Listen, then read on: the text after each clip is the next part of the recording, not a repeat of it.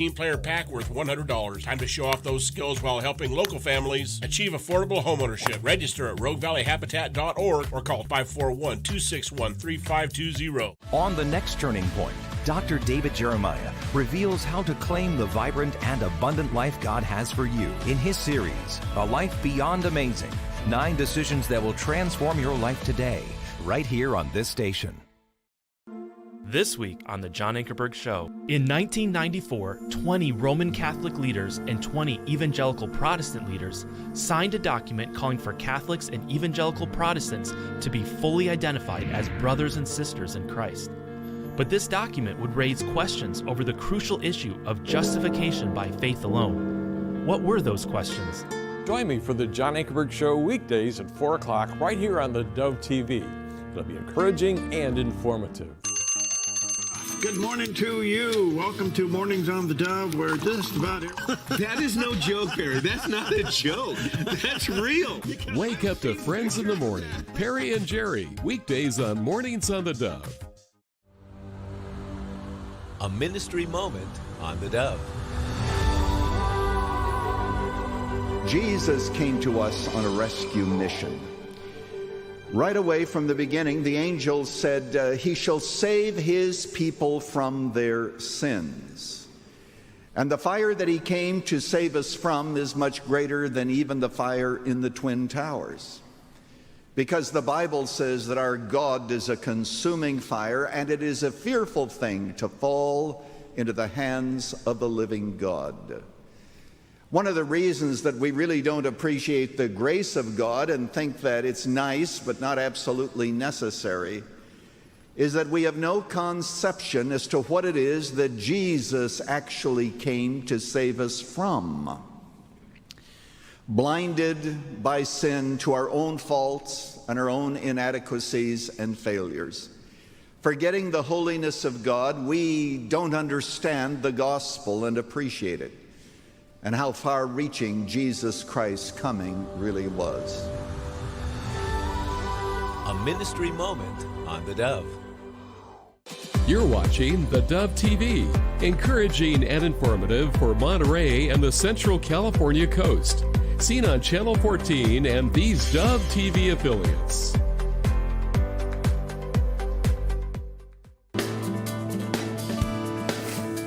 Well, good morning to you. Happy Monday, Tuesday, Wednesday, Thursday, Friday. Welcome to Mornings on the Dove, where everything's kind of casual, including Jared. Oh, it's Friday.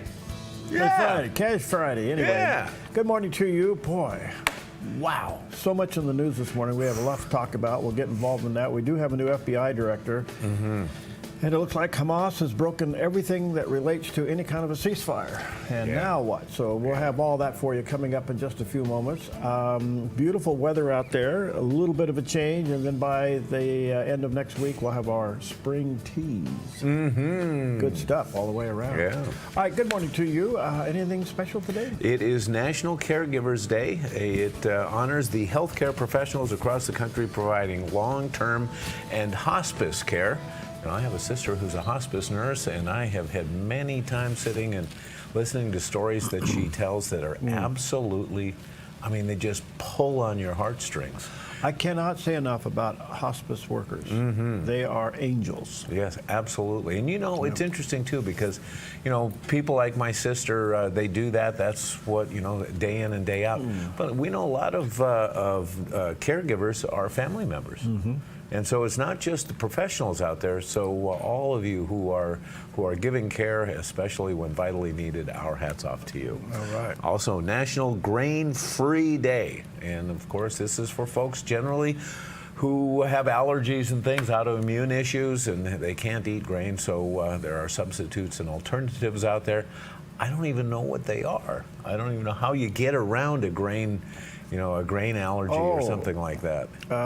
Gluten-free, you mean? No, because I think that, you know, is removing the gluten from a grain product enough for a person who has an allergy to grains? Do you have to eliminate the grains completely? Yeah, the answer is no. The dust can get to you. Oh, Oh, Yeah, okay. so it depends on how severe it is. Well, then have boiled peanuts, because it's National Boiled Peanuts Day, also known as goober peas. It's one of America's oldest snacks.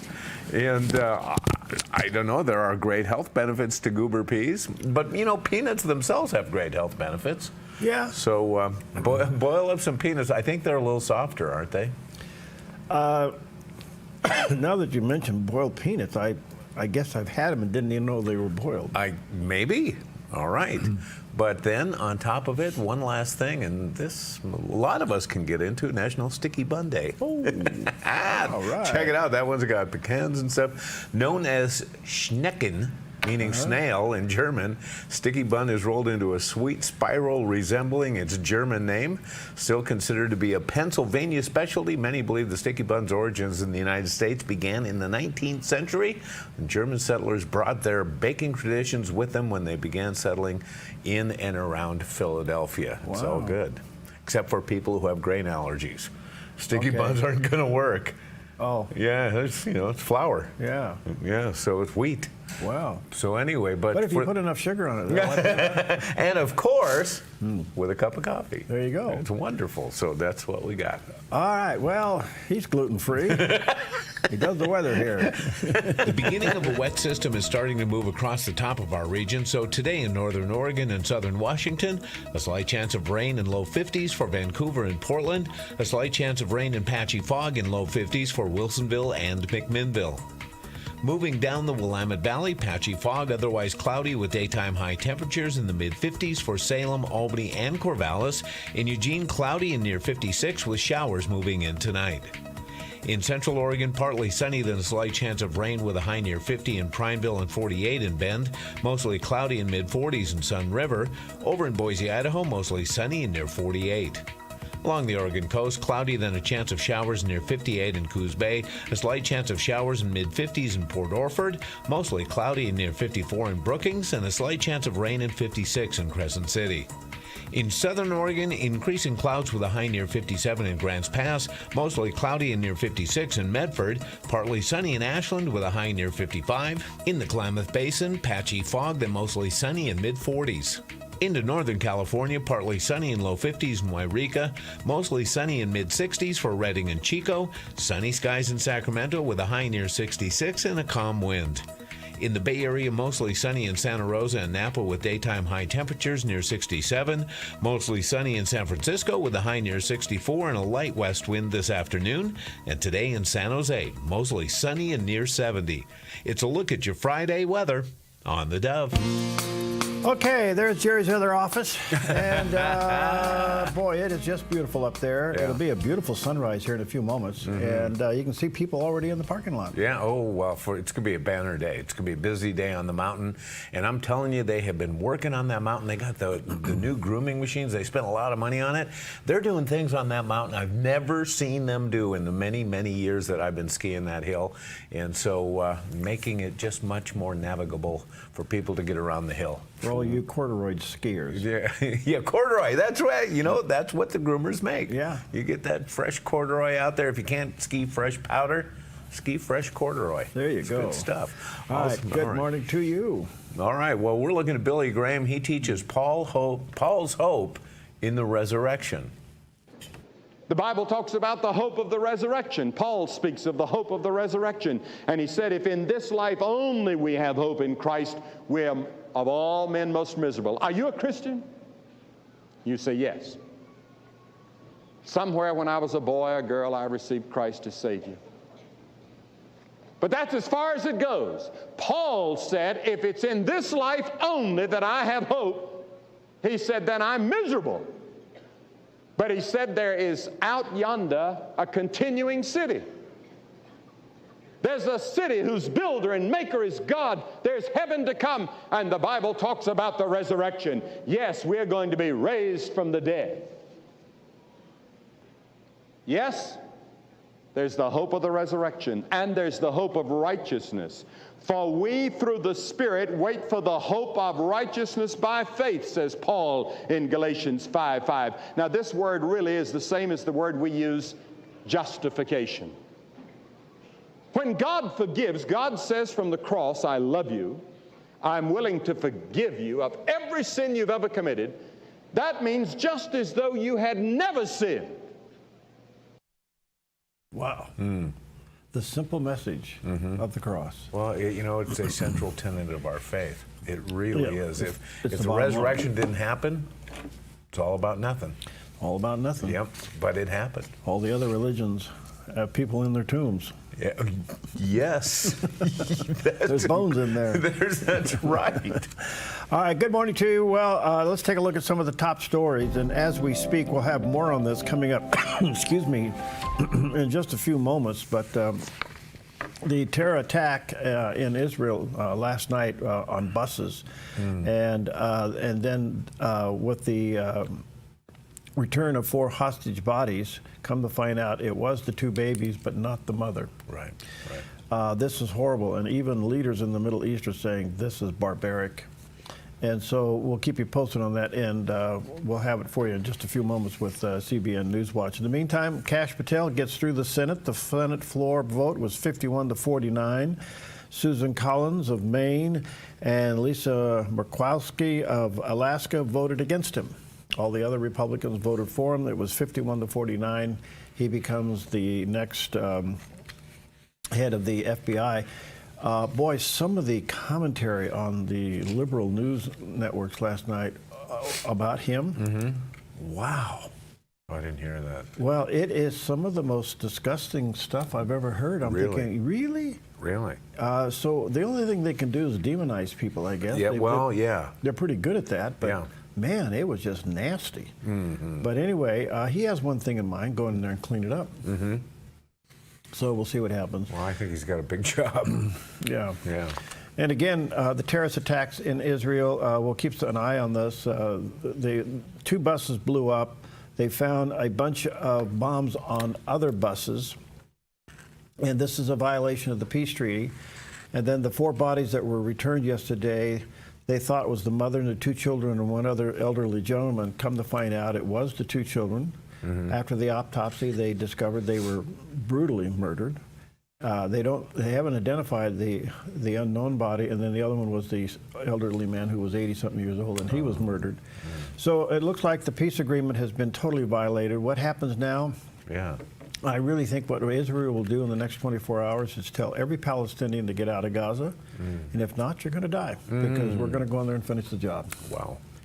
I can't help but think that's, President Trump called hell to pay. Yeah. I think within the next 24, 48, 72 hours, we're going to see something major going on over there. So we'll keep an eye on that. The president continues to fire a lot of people. I don't know if he thinks he's still on The Apprentice or not. It's true. Yeah. Oh, man. 2.3 million. Federal workers are getting some pink slips, and more to come as each person goes in, and each secretary that is taking over their agency, taking a long look at the various agencies, cutting fat left and right. Yeah. It is possible, at the rate that they're going and what they have found so far, it is possible that the money saved could wipe out the debt. I don't know if it will be applied there. They're talking about maybe a tax rebate to Americans. I could take a kicker. A national kicker? A national kicker. How about that? We'll see what happens. Wow. In the meantime, Mitch McConnell, boy, he's been pretty cantankerous over the last couple of days. Yeah. But he calls it quit, and here's his speech. Excuse me. To the distinguished members of this body, I've had the privilege to lead, and I remain deeply, deeply grateful. Today, however, it's appropriate for me to speak about an even deeper allegiance and even longer standing gratitude. 7 times, my fellow Kentuckians have sent me to the Senate. Every day in between, I've been humbled by the trust they placed in me to do their business right here. Representing our Commonwealth has been the honor of a lifetime. I will not seek this honor an 8th time. My current term in the Senate will be my last. What do you think? Well, overdue. Yeah. Look, I think there was a time he was good and he was smart and he knew how to manage the Senate. But this is a classic case of somebody staying a little bit too long, or at least stepping out of leadership sooner. But he's angry, and now he's angry, and he's also part of the old Rhino Republicans. And like that or not like that, it's just that that's who he is. And I would say that, you know, hopefully, gracefully, he goes away. His wife's still quite active. She's been a secretary for several administrations. But the only thing I can think of is that, yeah, he goes away. He's had some health issues. Well, I was going to ask about that, too, because we've seen some freezes that he's gone through and stuff. Was any of that addressed, or is that just kind of by the wayside? I think what this is, look, give him every opportunity to gracefully bow out. Yeah. This is not a time to go after him for all of his mistakes. He's going to be a has-been. Yeah. He's now totally a lame duck, and the only problem is, can you control his vote over this next year? Oh, yeah. And I would imagine Kentucky scrambling about who's going to jump in and run for the seat. If there's some young new blood coming up. Well, let's hope so. Yeah. You know, let's hope so. So anyway, that's kind of what's going on. What do you got with Mr. Well, Miller? you know, it's interesting because we see the left, and especially it's been going on in the White House press corps. They're all up in arms about Elon Musk, what they call an unelected official who's wielding all this power that they say is, you know, it's creating a constitutional crisis. Yeah. Of course, we've heard them say threat to democracy. Well, Deputy Chief of Staff for Policy Stephen Miller called out the White House for their views and said basically they needed a civics lesson, and he gave them one. Check this out. Yes, it is true that many of the people in this room for 4 years failed to cover the fact that Joe Biden was mentally incompetent and was not running the country. It is also true that many people in this room who have used this talking point that Elon is not elected fail to understand how government works. So I'm glad for the opportunity for a brief civics lesson. A president is elected by the whole American people. He's the only official in the entire government that is elected by the entire nation, right? Judges are appointed, members of Congress are elected at the district or state level, just one man. And the Constitution, Article 2, has a clause known as the vesting clause, and it says the executive power shall be vested in a president, singular. The whole will of democracy is imbued into the elected president. That president then appoints staff to then impose that democratic will onto the government.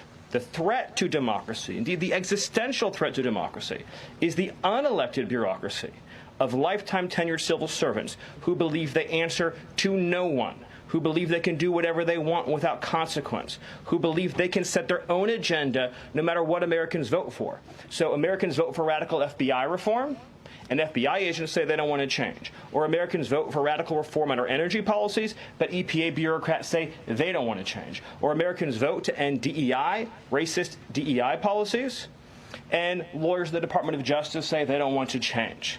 What President Trump is doing is he is removing federal bureaucrats who are defying democracy by failing to implement his lawful orders, which are the will of the whole American people. Thank you. Boom. Well, there it is. Finally, somebody said it. Man. By the way, Elon Musk, no, he has no authority. But he's been given a job. Yeah. And the job comes with some authority in behalf of the president to go in. It's like a czar. Yeah, yeah. And he can go in there and do what he wants to do. But that's classic right there. And what's happening now is bureaucrats' heads are rolling. Yes, yes. And you know what's so interesting to me? What?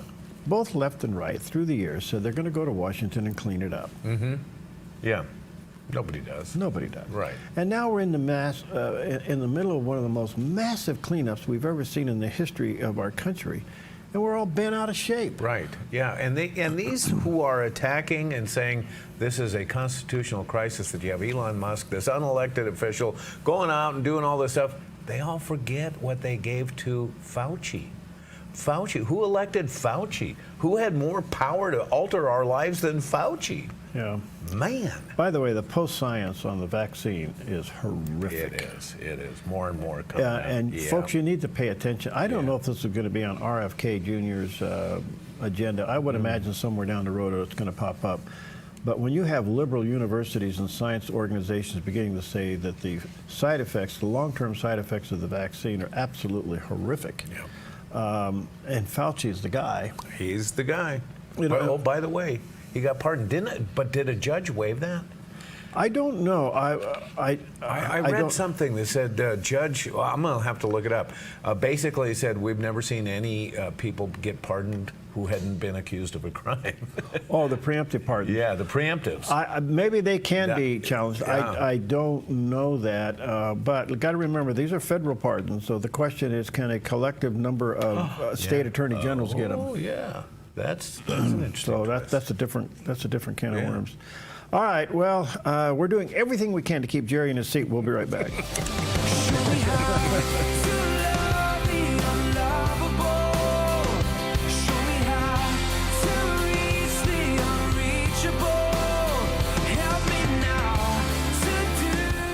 Get ready for fun at Rogue Ski Shop Think Snow Sale. Boulder Gear clothing now 20% off. Goggles, adults starting at $29, kids starting at $26. All Scott gloves 20% off. If you ski or ride, it's time to slide into Rogue Ski Shop Medford. Come fall in love with Northridge Senior Living, where contemporary sunlit interiors meet old world elegance. Walk through our lovely hallways and enjoy the fun staff-led activities. Forge lasting friendships with other residents and our exceptional caregivers. Dine in style. Gather near the fireplace under breathtaking chandeliers. Our reasonably priced apartments are spacious with private balconies. Northridge is Christian owned and operated, pet friendly, and only 2 blocks from Asante Rogue Regional Medical Center.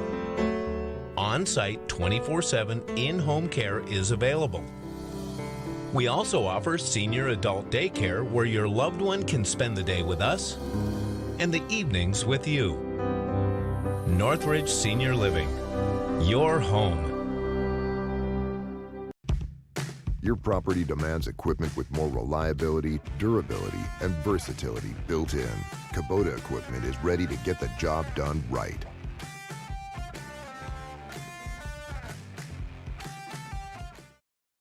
Hey, it's your old car here. Remember me? Remember us?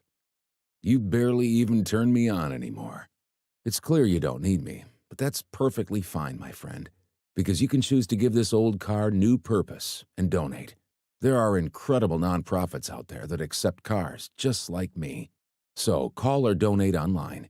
Donating a vehicle is easy, the pickup is free, and your gift is tax deductible.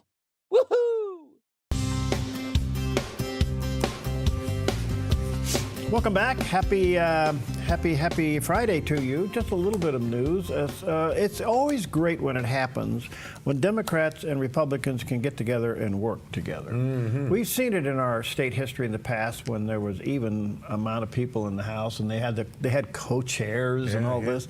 They got more done. They got along. You know, it was really interesting. Well, here's a little bit of what? Bipartisan. You know, there's a term for it. Yeah. Well, lawmakers now are searching for money to prop up the, they're calling it the beleaguered Oregon Department of Transportation. A lot of problems there. And so last week, the legislators, the top Democrats, put a good friend of ours, Senator Bruce Starr, who is a Republican senator, and put him in charge of overseeing what's going on with ODOT. This is good. I just want to say, great, this is the way it's supposed to work. And Bruce Starr and his dad was a terrific guy. Anyway, I won't go down that road other than this is a great family. But so Senator Bruce Starr is back in the Senate, and he's been now worked with the Democrats to be the guy that's going to, in charge of finding ways to force more accountability at ODOT. That's a big task, because ODOT's got a lot of issues going on. So congratulations, Bruce Starr.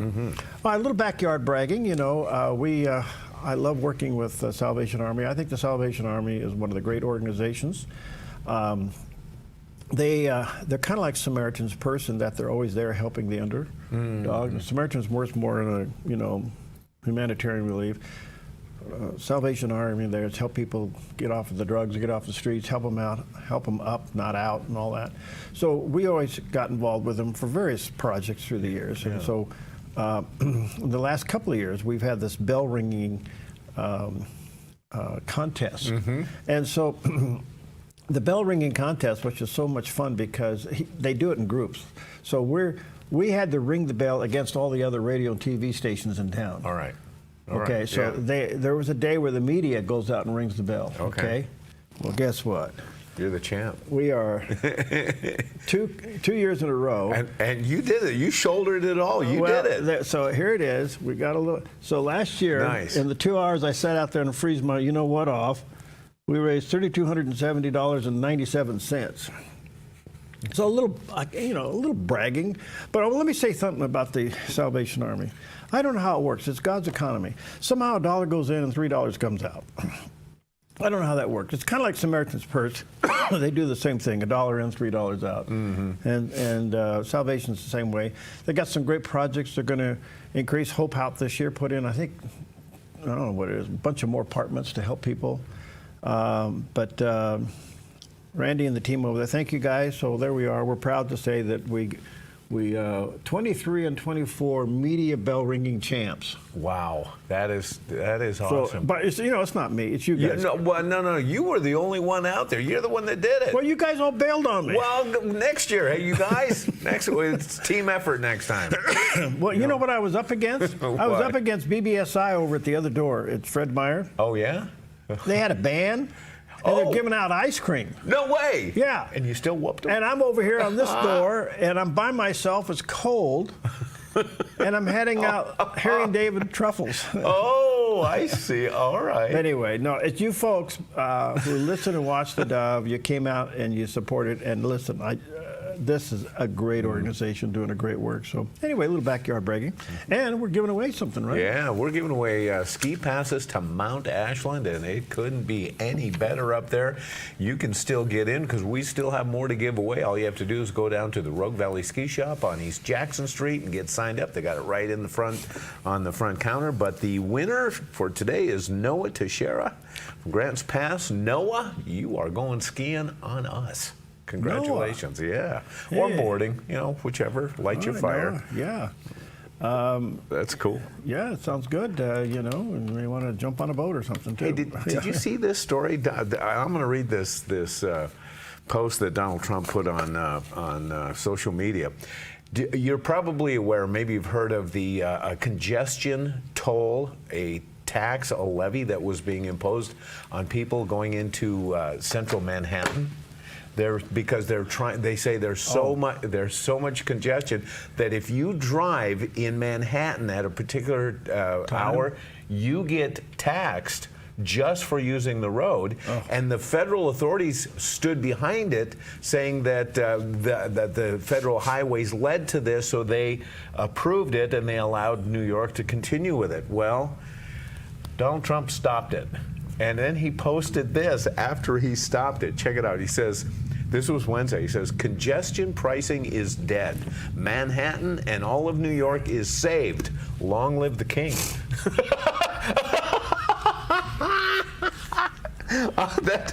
You can't make this stuff up. Well, when does this guy stop? Oh, I know, he never stops. Well, Newsmax goes out to see what the man on the street in New York City thinks of Trump removing the much contested congestion prices levied on cars entering into the city. Take a look at this. Your thoughts are on the congestion pricing? Congestion pricing? Yeah. It was good when it first started. And just recently I figured out the traffic was creeping up back to normal. But I heard that President Trump just nixed it out. Yeah, it's just gone. What do you think about that? I mean, it's too early to tell. Yeah, I'm happy to hear that. That's a win for, I think, most majority of people. I think it has its pros and cons. Like, traffic is less now, but you have to pay it everywhere now, so it's just bad. We're asking about congestion pricing. What are your thoughts on it? Hate it. You hate it? Well, guess what? I have a surprise for you. Please. Trump just got rid of it. Fantastic. So no more $9. Fantastic. The country is getting normal again. No, I don't think it should be. I mean, I pay for it, and I have to pay for 2 trucks coming in. It's $100 each a truck. So, but I guess the clients have to pay for it. So it's going to be tight no matter what. I come in the city every day. I got to go to work, so it's usually like 5 days a week. But yeah, it's one less thing to worry about. Hi, I just want to ask you a quick question. Trump just scratched the congestion pricing.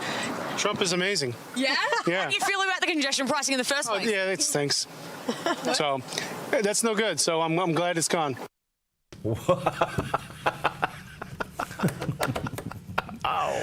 Can you imagine if a year from now you get a check in the mail from the federal government? Oh, yeah, that would be stunning. Yeah. I don't think that's going to happen. I think most people will say, just get rid of the debt so that our kids have a future. Right. You know, but nonetheless, at what point of all he's running the universe and he sticks his nose back in the New York politics and does away with a traffic tax? Isn't that amazing? Yeah, long live the king. You know what? He's going to flip New York. You watch. Oh, yeah, he could. You know. Yeah. And this whole argument between let me get this straight here, the governor going after the mayor in New York. Right.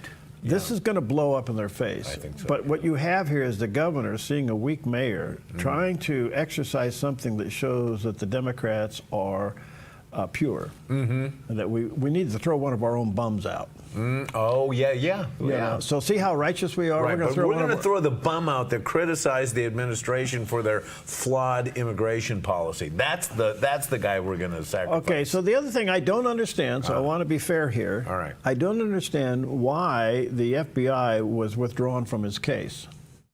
Yeah. Do you know why? No. I don't know why either. I mean, supposedly he was involved in something that was fraud. Oh. Stacking the money somewhere. Really? Yeah. So that got pulled. So I'm wondering if this is the ultimate. Again, you have somebody playing chess, somebody playing checkers. So you wonder if this was a chess move, so that the self-righteous Democrats throw them out to show people how pure they are. Oh man. And that's how Trump gets rid of a headache, and the Democrats end up being embarrassed because it doesn't mean anything. Wow. Now let me ask you this: do you think that Trump would really like to see Eric Adams exit? Because New York is so heavy Democrat, you never know who's going to come in behind him. Because, Eric Adams has kind of moved to the center since. Well, rapidly so. Yes. Especially during COVID. Oh, boy. Yeah, so yeah. I don't know. I look, who else would understand New York politics better than President Trump? True. I mean, I don't know. Yeah. But, hey, did you ever learn how to play chess? I played chess for a little while, and then I thought, no, it's time to go skiing. Okay, well, we're going to go look for some sticky buns. All right.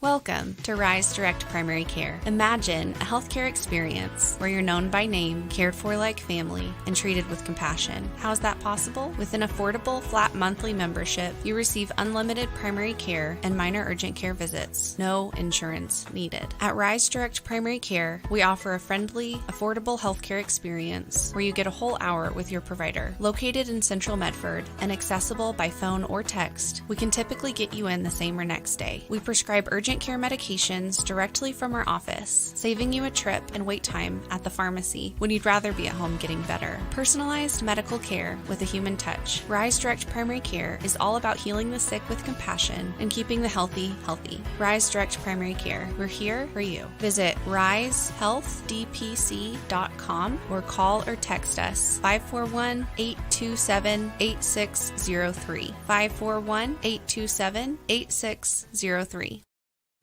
Hey, this is Ed, co-owner of Visiting Angels. To continue to serve our seniors, we need more caregivers with a heart to serve. Our mission statement is honoring the art of giving, which means we honor you, the caregiver. We know it's our people that make Visiting Angels the best in-home care provider and a great place to work. Come be our next amazing caregiver. Give us a call or apply online. At Visiting Angels, we're committed to you because we honor the art of giving. The Dove is touching lives across our network and around the world. Thank you for all you do to put the truth of God and the gospel out on the airwaves. You've helped me and encouraged me a lot in the last few years. And Perry, thank you for the amazing interviews on Focus Today. Thank you for your hope and inspiration. Let us know if the Dove has touched your life. The Dove TV, encouraging and informative. Support the Dove at thedove.us. All right, good morning to you. Welcome back. Well, I tell you, in the last 24 hours in Israel, it's a little mind-boggling what's going on over there. And the only thing I can say to all of us, buckle your seatbelts. I think today and tomorrow, which is considered, Sabbath for Jews, and I think you'll see a little calming down, but a lot of planning going on. But there's no doubt about it now that Hamas has broken the treaty. And even other Arab state leaders are saying this is barbaric. So let's check in with CBN News Watch and get caught up. This is CBN News Watch. We begin a busy Friday in the Middle East where Israel is dealing with a shocking revelation about one of the returned hostages' bodies and a series of potential terror attacks on public transportation that could have been deadly. CBN Middle East correspondent Julie Stahl is on the story. Bombs exploded on 3 public buses Thursday evening in the central Israeli cities of Bat Yam and Cholon. In what many believe was a miracle, the empty buses were parked and there were no injuries. The bombs had timers, and some suspect that they had been planned to go off during this morning's rush hour. Bomb disposal units discovered at least 2 other unexploded devices and other suspicious objects on public transport. Police are investigating it as a coordinated attack. I can say that the situation is widespread. It's happening in multiple locations. We are spread out with emergency squads and with police officers in a great number of locations. Prime Minister Benjamin Netanyahu ordered the IDF to carry out an intensive operation against terrorism centers in Judea and Samaria, where Israeli forces have been carrying out large-scale operations for months to uncover terrorist hubs. A Telegram channel claiming to represent Hamas in the Palestinian city of Tulkarem indicates it may have been responsible for the bombings. The message says, "The revenge of the martyrs will not be forgotten so long as the occupier is present in our land. This is a jihad of either victory or martyrdom." The explosions came at the end of a heart-wrenching day for the Israeli people. Earlier, Hamas returned 4 bodies, including 83-year-old peace activist Oded Lifshitz, 9-month-old Kavir Bibas, and his 4-year-old brother Ariel Bibas. The IDF said the children were brutally murdered in November 2023, a month after they were taken captive. This morning, Israelis woke up to yet another shock.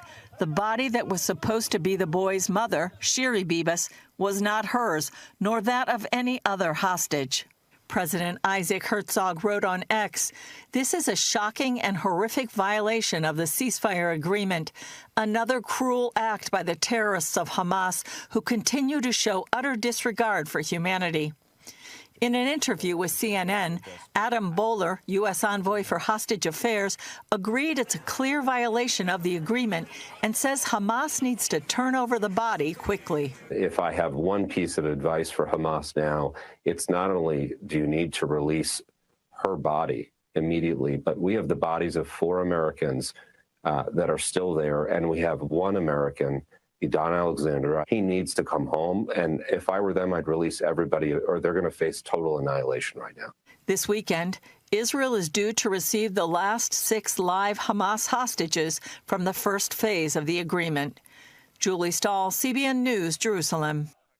And our Middle East Bureau Chief Chris Mitchell joins us now to continue our coverage. Chris, first, an obvious question. What is the reaction to the missing body of Shiri Bibas? Ephraim, people are horrified over here. They're actually reeling because of one trauma after another, not only the bodies being delivered, but then understanding that Shiri's not among the bodies, a feeling of being deceived as well. And as Isaac Herzog, the president, said, a violation the utmost severity of the agreement. So one emotional roller coaster after another. So over here, many Israelis are just reeling and traumatized. They expected some measure of closure yesterday, that all the bodies would be taken by Israel, and yet this opens up another wound. Many people say this is psychological terror by Hamas and a manipulation, and a lot of people are feeling a lot of compassion for Yarden. He's the husband of Shiri, the father of Ariel and Kafir, and this must be such a horrific experience for him. Now Hamas is saying that the remains of Shiri were mixed in with others in the rubble of an Israeli airstrike. The truth, many believe, is that they were likely, her two sons and her were brutally murdered. I mean, we don't know how bad that was, but that's what the forensic scientists are saying. And so there's really a lot of outrage here, Ephraim, and an expectation of some retaliation of what Hamas and other terror groups have been doing. Chris, the U.S. envoy for hostage affairs warned Hamas to turn over remaining bodies or, quote, face total annihilation. Is Israel ready to go back to war if the hostage agreement is broken? Ephraim, right now, the IDF is poised in and around Gaza to resume the war. Netanyahu said they will act resolutely to bring Shiri home, her body, along with all the other hostages, both living and dead, and then ensure that Hamas pays the full price, as he says, for this cruel and wicked violation of the agreement. He went on to say, may God avenge their blood.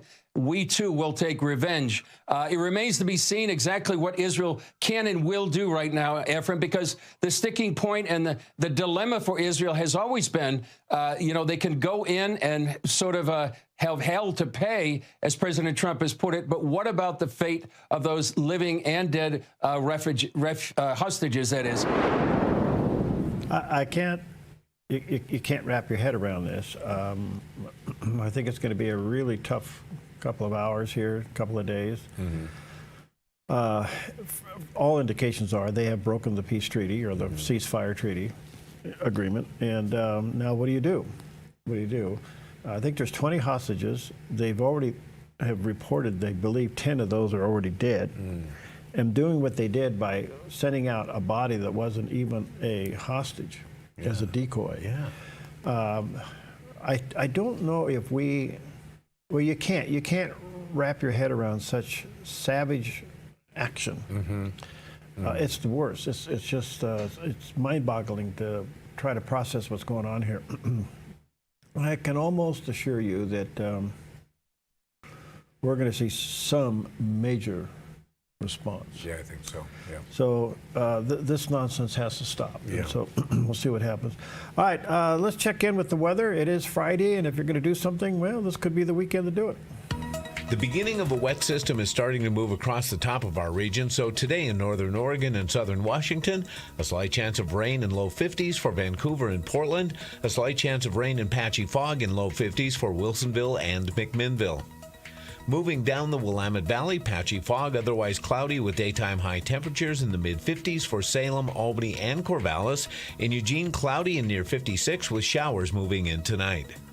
In central Oregon, partly sunny, then a slight chance of rain with a high near 50 in Prineville and 48 in Bend. Mostly cloudy in mid-40s in Sun River. Over in Boise, Idaho, mostly sunny and near 48.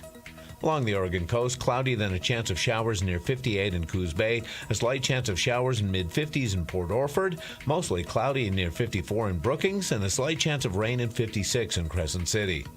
In southern Oregon, increasing clouds with a high near 57 in Grants Pass, mostly cloudy and near 56 in Medford, partly sunny in Ashland with a high near 55. In the Klamath Basin, patchy fog, then mostly sunny in mid-40s. Into northern California, partly sunny in low 50s in Wairika, mostly sunny in mid-60s for Redding and Chico, sunny skies in Sacramento with a high near 66 and a calm wind. In the Bay Area, mostly sunny in Santa Rosa and Napa with daytime high temperatures near 67, mostly sunny in San Francisco with a high near 64 and a light west wind this afternoon, and today in San Jose, mostly sunny and near 70. It's a look at your Friday weather on the Dove. Well, what can I say? For those listening on the Dove Radio, we're looking at Jerry Bilvin's other office, better known as Mount Ashland. And the access road is beautiful on the way up. They have really got that thing cleaned up. So look at all that fresh snow. Yep. If you're on your way up there, enjoy. It's going to be beautiful. You have an easy drive up. You also have beautiful conditions to ski in. And man, have they been running that new groomer. Oh, you know, the only thing I want more than to ski behind it is to drive it once in a while. Oh, I would love to. Why can't we arrange that where you do a remote driving the groomer? Yeah, you do a FaceTime. Yeah, I might not come back. Okay. All right. Anyway, well, they wouldn't have to pay you. No, you wouldn't. Is it a union job? Maybe I don't know. You know, the only drawback to driving a groomer are the hours. You're driving all night long. Yeah, but you know, working on the hill. Is it a member of the Teamsters? Yeah. I don't know. Who are we endorsing? Okay. Well, how's your breakfast? You know, I got a little indigestion. Do you? Yeah. Well, with that in mind. Well, well, you shouldn't eat 4 sticky buns in a row. Well, in that regard, it was a big day for indigestion relief on this day in history. On February 21st, 1931, a new remedy was introduced that would change the way people dealt with upset stomachs. In a small laboratory, chemists at the Miles Laboratory were about to unveil a revolutionary product, Alka-Seltzer.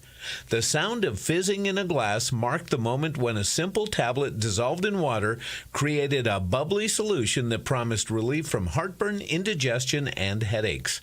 At first, people were skeptical, unsure of the strange effervescent formula. But soon, the bubbling magic began to work wonders. Eventually, a series of iconic commercials struck a chord with consumers, like the now famous Plop Plop Fizz Fizz, oh, what a relief it is.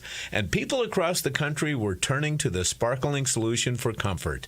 Alka-Seltzer became a staple in medicine cabinets, and they continued with great commercials, including the Mamma Mia, That's a Spicy Meatball commercial, and this one. I can't believe I ate that whole thing. You ate it, Ralph. I can't believe I ate that whole thing. No, Ralph, I ate it. I can't believe I ate that whole thing. Take 2 Alka-Seltzer. Alka-Seltzer neutralizes all the acid your stomach has churned out. For your upset stomach and headache, take Alka-Seltzer and feel better fast. Did you drink your Alka-Seltzer? The whole thing. Plop, plop, fizz, fizz. Plop, plop, fizz, fizz. And that little Speedy character, he's been around for a long time. But it's interesting, some of the iconic phrases and commercials that we listened to and watched years ago, they're all embedded back there. They're still there. Pretty interesting. Yeah. All right, 16 minutes before the hour. Here's one for you. Everybody's upset what Doge is doing. Yeah. But have previous liberals promised to do the same thing? Yeah. Okay, well, David Rubin of the Rubin Report put together the clip of Gore, Clinton, and Obama. Here it is. This report tells us how to cut waste, cut red tape, streamline the bureaucracy, change procurement rules, change the personnel rules, and create a government that works better and costs less. I've read it, and where it says the president should, the president will. Among the 800 recommendations, eliminating 12% of the federal workforce, merging some government agencies like the FBI, the DEA, and the Bureau of Alcohol, Tobacco, and Firearms, closing hundreds of government offices outside Washington. From the day I took office, one of the commitments that I made to the American people was that we would do a better job here in Washington in rooting out wasteful spending. We thought that it was entirely appropriate for our governments and our agencies to try to root out waste, large and small, in a systematic way. It means cutting some programs that I think are worthy, but we may not be able to afford right now. A lot of the action is in Congress, legislative, but in the meantime, we don't need to wait for Congress in order to do something about wasteful spending that's out there. We haven't seen as much action out of Congress as we'd like, and that's why we launched on our own initiative the campaign to cut waste. And we're going to keep on finding every possible way that we can do that, even if Congress is not acting. There you go. How about that? Well, yeah. What's the left going to do with that? I don't know. I like when he says we don't need to wait for Congress. Well, Trump literally did it. Yeah, according to Miller. Yeah. He gave us the civic lesson on this whole thing. He sure did. All right. Well, we're not going to cut waste. We're just going to go in there and cut the sticky bun. We'll be right back.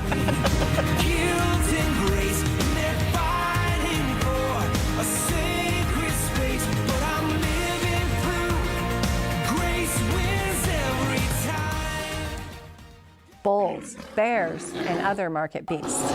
How can you be sure they won't eat your investments alive? I'm Michelle Slate. Lighthouse Financial shines guiding light on retirement, investing, and insurance.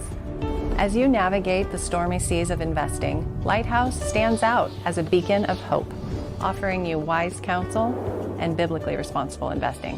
Lighthouse Financial. Call us today, 541-494-1034. Hi, Dad, father and son jewelry. Looking for engagement rings? Ovals, round, pear shapes, and more. All a third off at Father and Son Jewelry.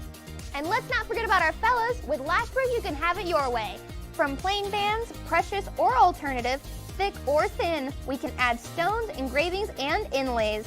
Lashbrook can do it all. Father and Son Jewelry. Your family jeweler since 1958. Visit Father and Son Jewelry, 5 generations of family in Medford. Spring is around the corner and summer is on its way. With fire danger biting at its heels, flammable blackberries and underbrush will grow like gangbusters and sprout fire danger in no time. A wise property owner knows the best time to take care of fire danger is to extinguish it before it gets started. GMV Forestry, LLC can help you protect your property with adequate fire brush clearing to fireproof a zone around your precious property. With over 35 years experience, GMV Forestry LLC has the knowledge, experience, and all the equipment you need to get the job done right, offering a wide variety of services like mulching, field mowing, snow removal, driveway clearing, ditch cleaning, gravel delivery and spreading, driveway sweeping, logging, and more. GMV Forestry LLC does it all, and they do it right. GMV Forestry LLC, the team you can trust. 541-660-6445. 541-660-6445. Okay, good morning to you. 11 minutes before the hour, Gene Getz. I call him the Doctor of Calm. He's the chief editor of the Life Essential Study Bible, which is an amazing resource. Anyway, we talked about delegation. You know, do pastors delegate? Do CEOs delegate? Is it corporate structure, wagon wheel management? What is it, you know? Of course, he goes back to Moses and Jethro. When things were falling apart, he said, find the right guys and put them in the right place. And here's what Gene had to say. Yeah, it's really interesting because this principle, which reads, to be effective leaders, we must delegate responsibility to other qualified people. It's interesting that even executives that would not claim to be Christian in their philosophy of leadership go back to this passage in the Old Testament as being such a strategic passage in terms of selecting and delegating. And as I was reviewing this, I was thinking of Trump's responsibility in terms of even selecting within the government of the United States individuals that he is entrusting responsibility to, and in terms of dealing with some pretty serious issues right now. But anyway, you know, the context of this situation is very, very interesting because here's Moses leading these people out of Egypt into the wilderness, and they have no governmental structure. They're gathered there at Mount Sinai. And all of these people with all of their problems, and we have to realize how carnal these people were coming out of Egypt. And they got all kinds of problems, and they're coming to Moses, and he's sitting there trying to solve all their problems. And Jethro, the father-in-law of Midian, comes and he sees this happening. He said, Moses, you're going to, in essence, die of a heart attack if you don't delegate. And so he came up with this powerful statement. He said, select from all the people able men. And then he says, God-fearing, trustworthy, hating dishonest profit, place them over the people as commanders of thousands, hundreds, 50s, tens. They should judge the people at all times. Then they can bring to you every major case, but judge every matter case themselves in the way you will lighten your load, and they will bear it with you. If you do this, and God so directs you, you will be able to endure, and also all these people will be able to go home satisfied. That's a powerful paragraph, and this principle of delegating to qualified people is really illustrated throughout the whole New Testament. Well, a couple things about finding people to delegate to. Yeah. We forget one thing about delegation. We find people that are qualified, yes, as far as their talent and their character, their experience and everything is concerned. Right. Primarily, all of that is backed up in the New Testament out of Timothy and Titus about what is the qualification of a leader. So you might find the right person to head up your department, but are they spiritually qualified? Especially if you're a ministry, and especially if you are say a business that's run by believers with attitude in mind that your business is also a witness. You got to make sure the people you put in place are spiritually qualified and mature.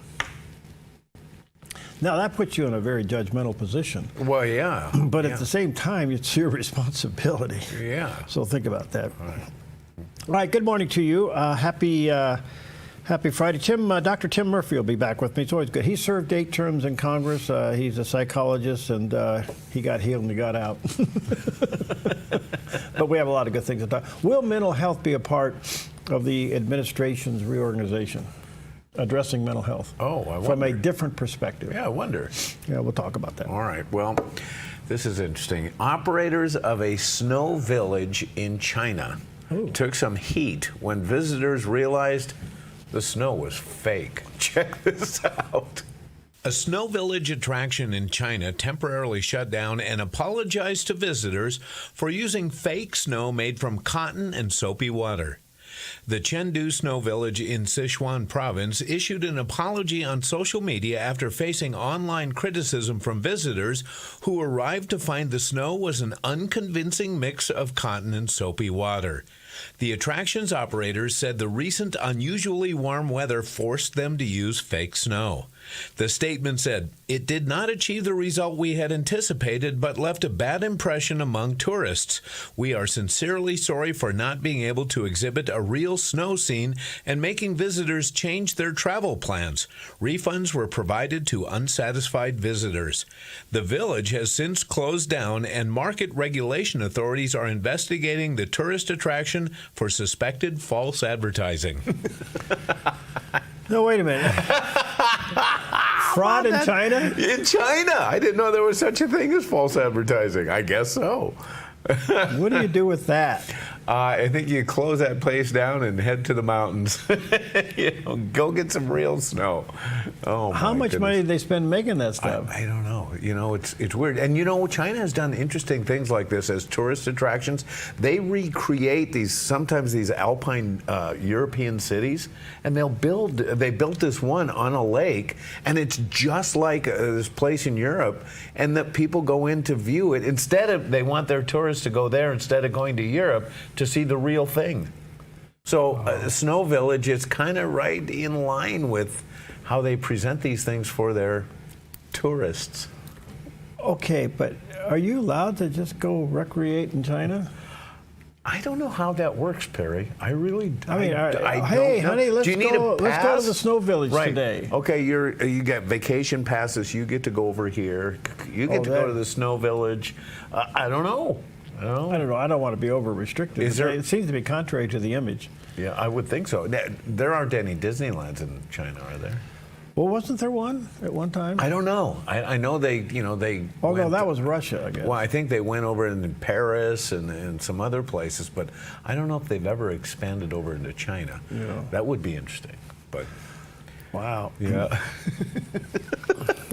Fake snow. Fake snow. Well, you know what? If you're looking for real snow, it's not far away. Head up the hill. There you can go. have a great Good day. stuff. Yeah. All right. Take with you 1 Peter chapter 2, verse 11. Beloved, I urge you as sojourners and exiles to abstain from the passions of the flesh. Why?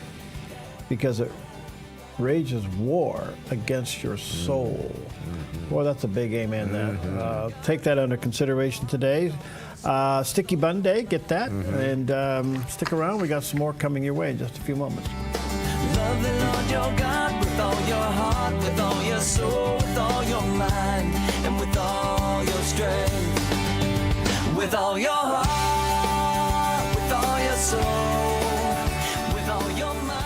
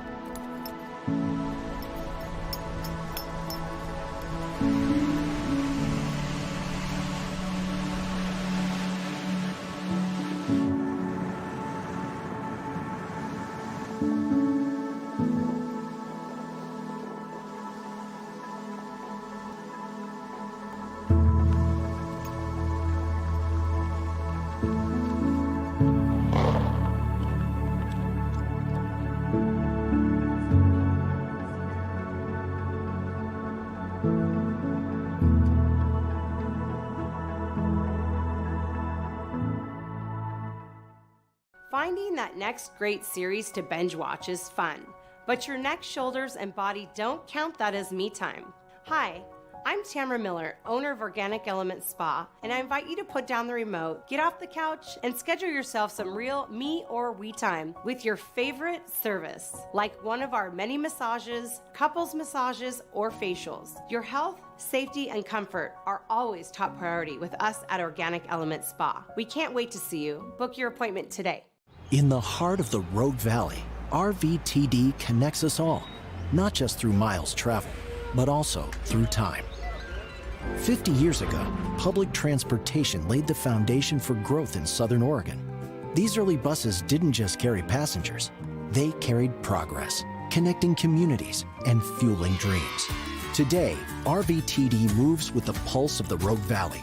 More than just a bus ride, it's a lifeline for workers, students, and families, ensuring access for all to jobs, schools, and essential services. With renewable technologies and more convenient ways to get around, RVTD's building a future that keeps our region connected. Public transportation isn't just about getting from here to there. It's about the journey. Join RVTD as they build on their legacy of sustainability, innovation, and community. Rogue Valley Transportation District, celebrating 50 years of moving our community forward. On the next Turning Point, Dr. David Jeremiah reveals how to claim the vibrant and abundant life God has for you in his series, A Life Beyond Amazing, 9 decisions that will transform your life today, right here on this station. The Battle of Political and Religious Liberty with Jay Sekulow, Wednesdays and Thursdays on the Dove TV, encouraging and informative.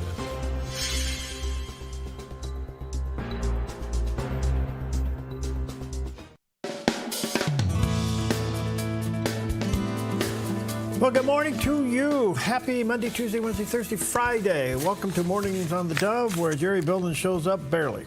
Yeah, sometimes. Sometimes. Yeah. All right, so you did go skiing yesterday. I did. You left the show and you headed to the hill with some silly excuse. You had to go up there and get something that you forgot in your locker. I had stuff in the locker I had to pick up, and Pam was concerned that we wouldn't get it back in time. I said, honey, I'll bite the bullet. I'll run up there and empty out the locker and bring the stuff home. So I just accidentally wore my ski pants on the way, you know, to go do this. And if you're in your ski pants and you're at your locker and all the stuff is there, what do you do? I didn't know going to your locker meant going up the Comer, going up the aerial, coming back through the bowl, going back to the aerial, around the other side, and coming back to the lodge. It was a wonderful deal, and it was a beautiful day. And so anyway, but I'm glad to be back. But you know one of the nice things about this, Perry?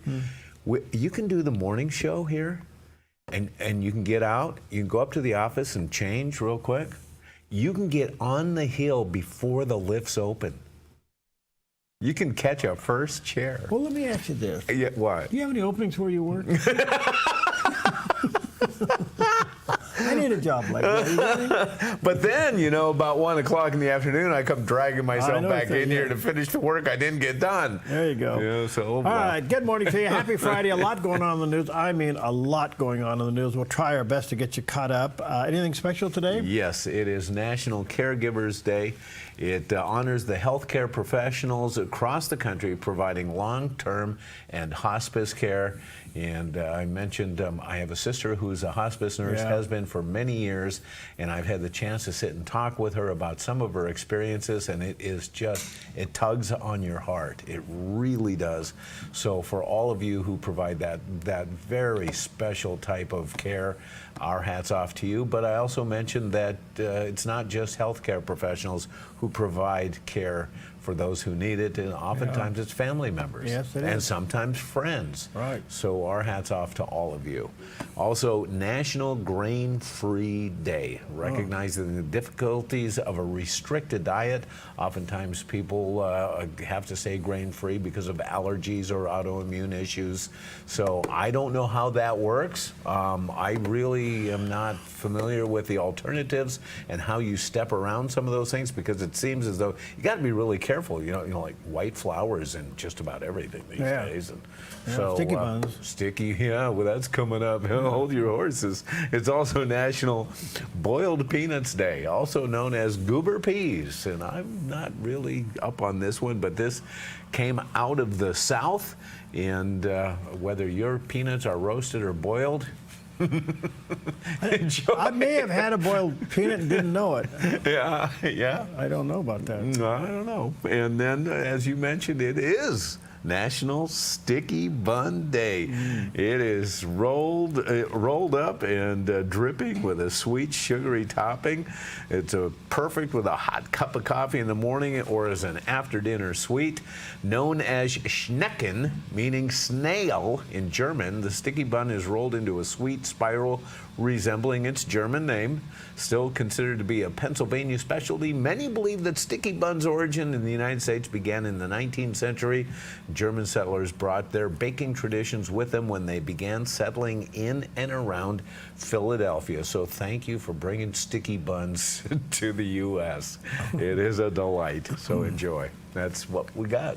All right, good stuff all the way around. Well, he sometimes is gluten-free, sometimes he's sticky, and he does the weather here. The beginning of a wet system is starting to move across the top of our region, so today in northern Oregon and southern Washington, a slight chance of rain in low 50s for Vancouver and Portland, a slight chance of rain and patchy fog in low 50s for Wilsonville and McMinnville. Moving down the Willamette Valley, patchy fog, otherwise cloudy with daytime high temperatures in the mid-50s for Salem, Albany, and Corvallis. In Eugene, cloudy and near 56 with showers moving in tonight.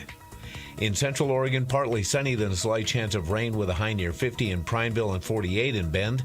Mostly cloudy in mid-40s in Sun River. Over in Boise, Idaho, mostly sunny and near 48. Along the Oregon coast, cloudy, then a chance of showers near 58 in Coos Bay, a slight chance of showers in mid-50s in Port Orford, mostly cloudy and near 54 in Brookings, and a slight chance of rain in 56 in Crescent City. In southern Oregon, increasing clouds with a high near 57 in Grants Pass, mostly cloudy and near 56 in Medford, partly sunny in Ashland with a high near 55. In the Klamath Basin, patchy fog, then mostly sunny in mid-40s. Into Northern California, partly sunny in low 50s in Wairika, mostly sunny in mid-60s for Redding and Chico, sunny skies in Sacramento with a high near 66 and a calm wind. In the Bay Area, mostly sunny in Santa Rosa and Napa with daytime high temperatures near 67, mostly sunny in San Francisco with a high near 64 and a light west wind this afternoon, and today in San Jose, mostly sunny and near 70. It's a look at your Friday weather on the Dove. All right, beautiful picture of Mount Ashland this morning. Those watching on the radio, the sun is up. It's a bluebird day. It's beautiful up there. So enjoy. If you're trying to figure out a way to leave work early and go skiing, call Jerry. He's got it figured out. Yeah, wear your dark lenses today. Yeah, there you go. Yeah, absolutely. Well, it's amazing when we come to the Lord, we know what the Lord has done for us. He's done amazing things, and what he gives to us and what we get is amazing as well. And Billy Graham here teaches this in this clip. Now, suppose somebody does something against me. I say, all right, I forgive you. You're forgiven, but I can still remember it. 10 years later, I'll see you and I'll say, yeah, I remember what you did to me when I was back there at the university. I forgave you, but I can't ever forget what you did to me. But you see, God doesn't do that way. God forgives and forgets and justifies you. Just as though you'd never committed the sin. He can't even remember it. Incredible. But that's what happens. The hope of righteousness. Because you see, I am now clothed in the righteousness of the Lord Jesus Christ. And when God looks at me, He doesn't see the old evil, bad heart of Billy Graham. He sees Jesus, who lives in my heart. And He says, because Jesus lives in your heart, you're forgiven. You're clothed in His righteousness. So I can claim tonight by faith a righteousness, not my own, the righteousness of Christ. Because God says, be holy even as I'm holy. I can't be as holy as God, but I'm going to have to be as holy as God if I get to heaven. And the only way I can be as holy as God is to appropriate the righteousness of Jesus Christ.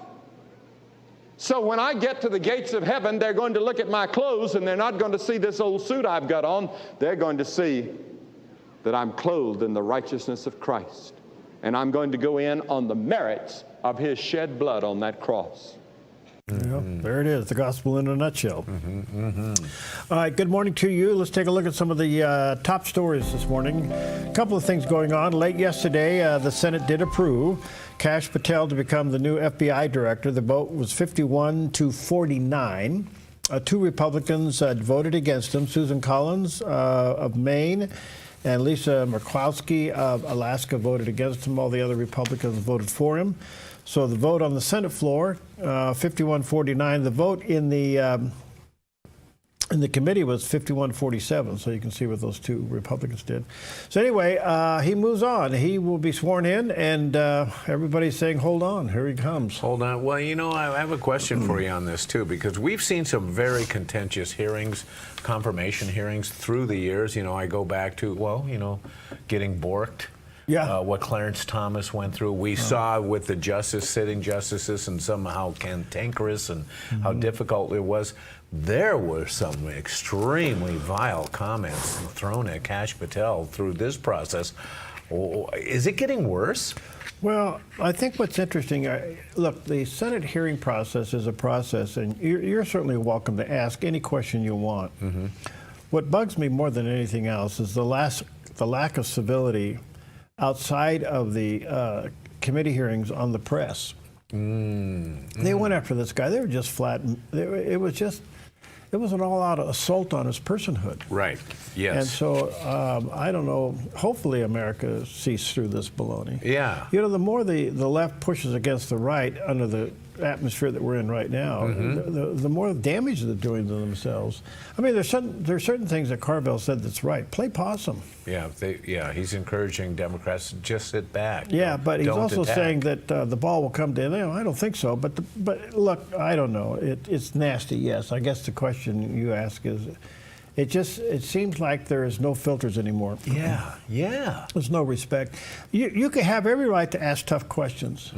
Yeah. But you should do it in a civil manner. Right. And I don't know if that's happening. The other story is, right in the middle of everything else going on in the Middle East, the terrorist attack rocked Israel yesterday, where 3 buses were reportedly exploded in the center of Israel.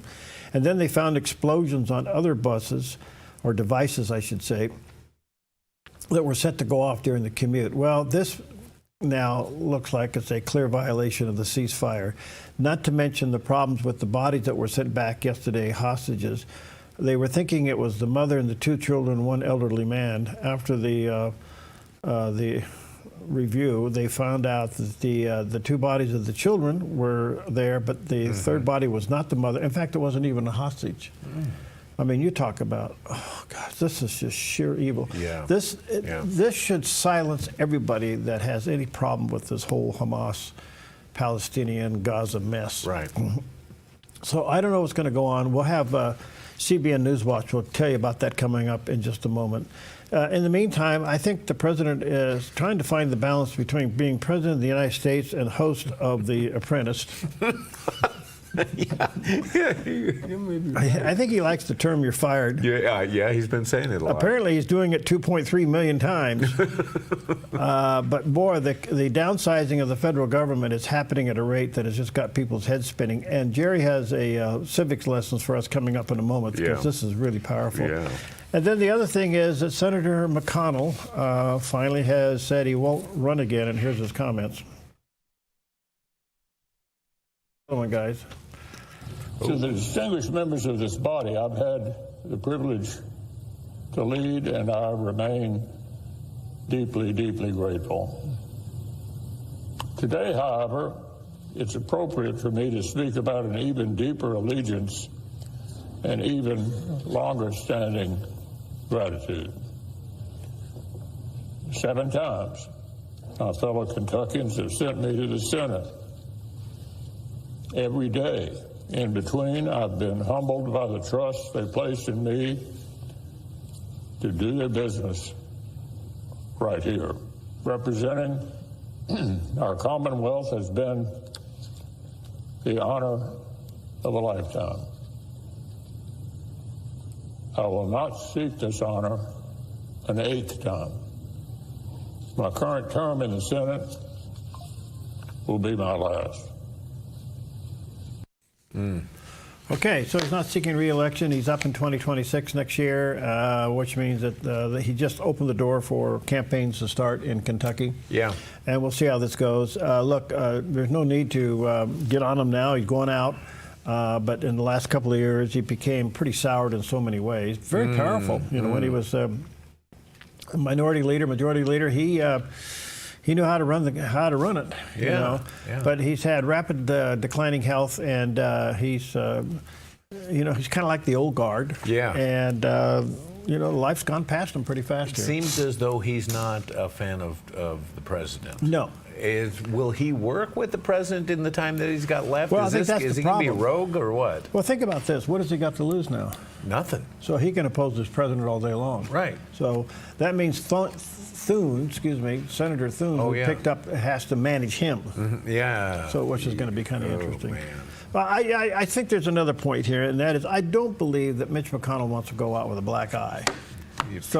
But he doesn't like the president. Right. Yeah, I'm not sure. They are at odds. Well, you mentioned this too, because we have seen a lot of voicing of opposition and distrust of the president, appointing people like Elon Musk and going through and start cleaning up government, even though the left has been calling for that for years. But now that it's being done, all of a sudden there's a constitutional crisis. This man, Elon Musk, is not elected, or so they say. How can you give him these powers? Well, it's interesting because Stephen Miller, who is the White House Deputy Chief of Staff of Policy, talked to the White House press corps and decided they needed a civics lesson, and he gave it to them. Check this out.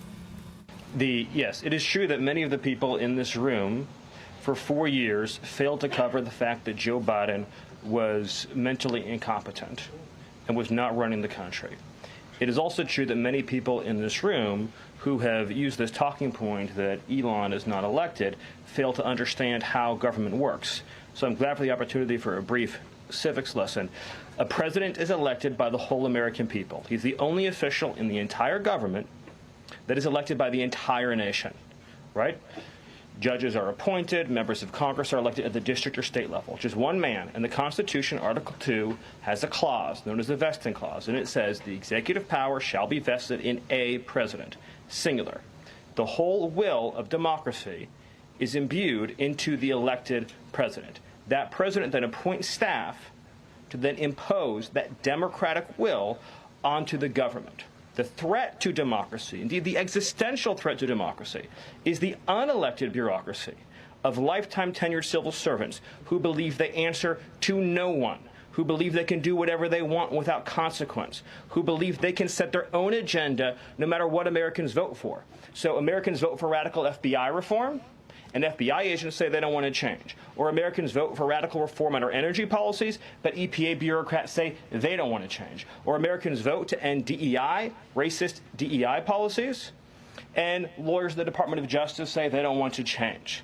What President Trump is doing is he is removing federal bureaucrats who are defying democracy by failing to implement his lawful orders, which are the will of the whole American people. Thank you. How about that? Well, listen, that is a simple lesson that we all need to understand. So he has the power to do this. He's doing it. And it's not a constitutional crisis. It's clearly, this is why some of these judges are starting to fall short of their complaints, because this is clearly constitutional. Yeah. So what you have here is an opposing group. Democrats don't like it. Their philosophy says, no, we don't want to go this way. Okay, that's fine. You know, so that's what politics is. It's a blood sport. Yeah, but they forget they seem to not have any problems with the power that was given to Anthony Fauci, who was not elected to anything but wielded so much power over the U.S. and the citizenship here. It's stunning. But that wasn't a problem. But you know, there's something else about all this. Is you begin to see the people, the fact's one thing, to see how much, we knew there was waste. Yeah. We didn't know that there was corruption mixed with the race, with the waste. We kind of thought there was, but you know, it's now becoming really amazing, is how infiltrated the left philosophy got into every agency, and primarily DEI. Yeah, yes. It got way down deep in there. And folks, we were heading for the cliff. And so they've been exposed. And it's not just one man that exposed them. The American people woke up and said, we don't want this anymore. Yeah, yeah. So anyway, it's kind of interesting. Hold on, it's a roller coaster. It's Friday. You know, let's see what happens in a couple of hours. All right, we'll take a quick break. We'll be right back.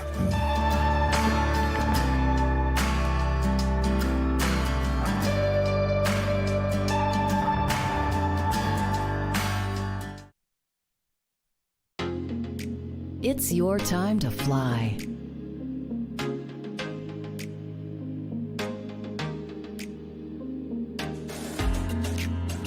It's your journey.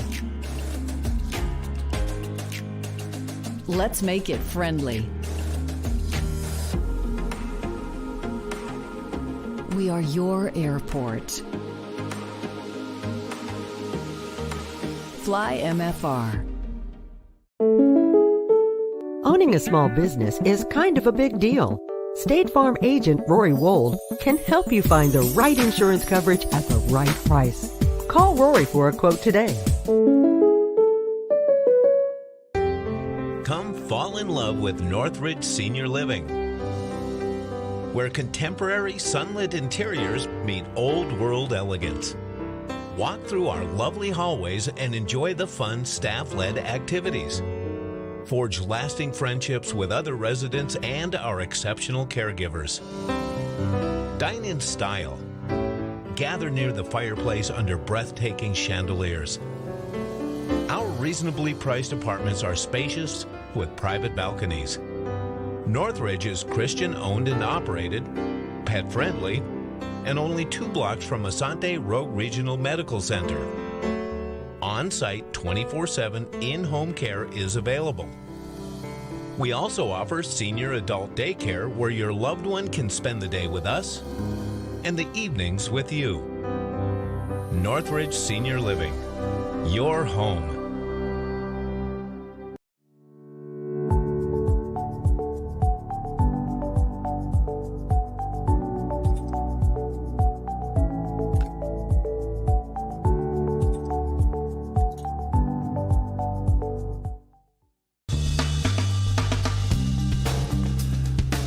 Okay, welcome back, and a lot going on. Well, first of all, some regional news in our own state. We've had sessions in the Oregon legislature where it was very bipartisan because the numbers were so close. They actually had, they shared chairmanships. They got a lot done. And I think when Republicans and Democrats can become bipartisan and work together, it's a good thing. And that's what's happening in the Oregon Senate. It's primarily dominated by the Democrats, but they reached over They got returning Senator Bruce Starr to take a look at ODOT. ODOT has got a lot of problems, the Oregon Department of Transportation. They're calling it a beleaguered Oregon Department of Transportation. Two of the agency's sharpest Republican critics have potentially influenced the new role, or what to do to take a look at this agency. And why all the problems with ODOT? Well, what they've done, they reached out and got Bruce Starr, who's a Republican. We know the Starr family very well. They're great people all the way around. Anyway, so the Democrats have leaned over to Republican Bruce Starr to be the oversight of what's going on with ODOT and get in there and take a look at it. Do we seem to know what the nature of the problems are? You know, I got to be careful here because I can't say that I know specifically, but I can say that it's big, it's bureaucratic, and it may have the bureaucracy disease that we're seeing uncovered in Washington. You know, a lot of agencies, sub-agencies. Yeah. Then they have a lot of money, and we need to buy a truck, or we need to go over here and hire some more people and all that stuff. Yeah. So it needs to be looked at. Yeah. It needs to be looked at. All right, I want to say that I have here on the desk with me this morning that the Dove was awarded yesterday. 2 years in a row. That's wonderful. From the Salvation Army, is raising the most money among the media people. Now, what they do, they have the bell ringing during Christmas time, which, you know, we're outside in front of Fred Meyer. They have it in categories. They have corporations, they have other agencies, but they have all the media people come out and ring the bell at different times and different days. And of all the media people in Southern Oregon, we outraised them all. All right. So that's our little. All right. So on our names on the plaque now, 2 years in a row, 23, 24. Do you know what kind of pressure this puts on me for 25? Well, that's big pressure on you. Yeah. You might even need some help because you went out there against teams of media people. Yeah. And you kind of slugged this out on your own. Well, I enjoy doing it, but because I believe in the Salvation Army, these people and Commander Randy over there in the team. Anyway, we got a nice plaque. We got the bell. Yeah. We raised $3,270 in 2 hours. Nice. So it's really a lot of fun. You meet a lot of people, but you're raising money for a great cause. But I was up against BBSI, and they were a corporate sponsor, and they were at the other door. They had a band and handing out ice cream. I'm all alone at this other door. I'm handing out Harry and David truffles. Yeah, but Harry and David's good stuff. Yeah. But I got to say, folks, it's not me. You folks who believe in the Dove, you came out and made this happen, and I want to say thank you. But it's kind of fun. But I can't say enough about the Salvation Army. It's one of those unique organizations, $1 in, $3 out. They're so well run. And it gets right to ministry, and they're changing lives, and they preach the gospel. You can't ask for anything better than that. All right. What about skiers? Well, yeah, you know, another bit of local news here. We've been giving away lift tickets to Mount Ashland, and we still have some to give away. So if you want to get into it, you just go down to the Rogue Valley Ski Shop on East Jackson Street. They have it right on their front counter. Just fill it out and put it in there, and you may win. But today's winner for this week is Noah Teixeira from Grants Pass. You have 2 tickets, all-day lift tickets to Mount Ashland. Go skiing, snowboarding on us. Enjoy and stay safe up there. And if you see Jerry, make him buy you a coffee. There you go, Okay. and I will. Okay. All right, good stuff all the way around. Let's take a look at Wall Street for a Friday morning. And thank you, Preston, over there at the Smart Lawn guy. He is the Smart Lawn. He's smart, and his lawns are really smart. Anyway, the Dow's not happy. It's down another 400 points today, almost 401 points. The Nas is off 27 1/4, and it looks like S&P down a little over 18 points, 18.5 points. So I think this is a direct reflection of what's going on in the Middle East. In the meantime, gold's off a few pennies, 29.49. Silver's hanging in there at $33. And crude oil down about 25 cents, $75.50 a barrel. That's what's happening. Yeah. Well, you know, it's interesting because we see Doge is hard at work. They're uncovering all kinds of waste and fraud and, you know, saving the government and us as taxpayers money. What should they do with the money that they are saving us? Well, Elon Musk and Donald Trump are considering giving 20% of it back to us. Yeah, in the form of a refund or kind of a kicker. Take a look at this. Elon Musk is proposing essentially giving money to Americans based on what Doge is finding Do you have any thoughts on that? I love it. A 20% dividend, so to speak, for the money that we're saving by going after the waste and fraud and abuse and all of the other things that are happening. I think it's a great idea.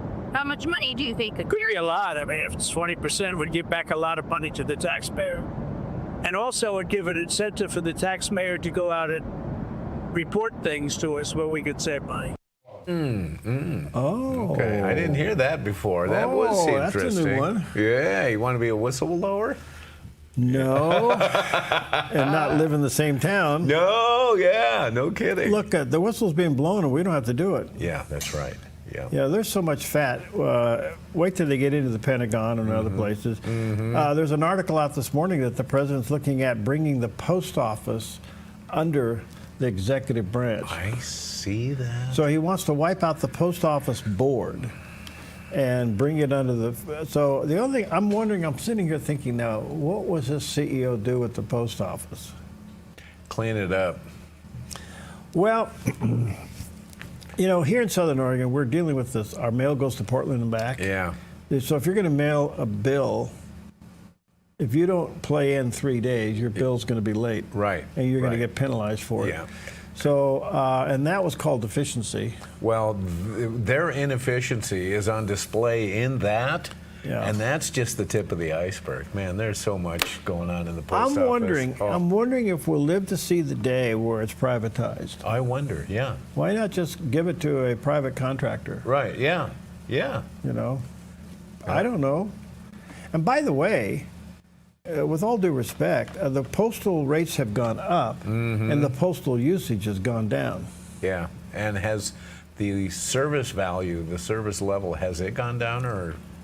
I wonder. I don't know. Yeah, I don't know. This is like poking a bear. Here's the deal. Yeah. I know there are a lot of hardworking men and women in the Postal Service, but they are kind of, hogtied by the system. Oh, they're very, I mean, yeah. I've talked to them and they just roll their heads. Yeah, no doubt. Yep. Well, anyway, okay. We'll see if that happens. Yeah. I'm trying to think what else I'd like to see the president take control of. Well, we know it's interesting that they're talking about a dividend, and he used that word, like a businessman would. Yeah. This is a dividend. But there are some other things that taxpayers are looking for as well, and especially seniors with such things as property tax, such things as Social Security. So there are other things on the table that taxpayers are legitimately looking at. We'll see if they get addressed. Well, with all due respect, where is the no tax on Social Security? Yeah, I don't know. I know it's in the Senate as a proposal, but it hasn't reached committee yet. Right, okay. So that's got to get through. Yeah. He could be saying, hold off until we get the votes lined up. Oh, yeah, okay. We'll see what happens. All right, we'll take a quick break. We'll be right back.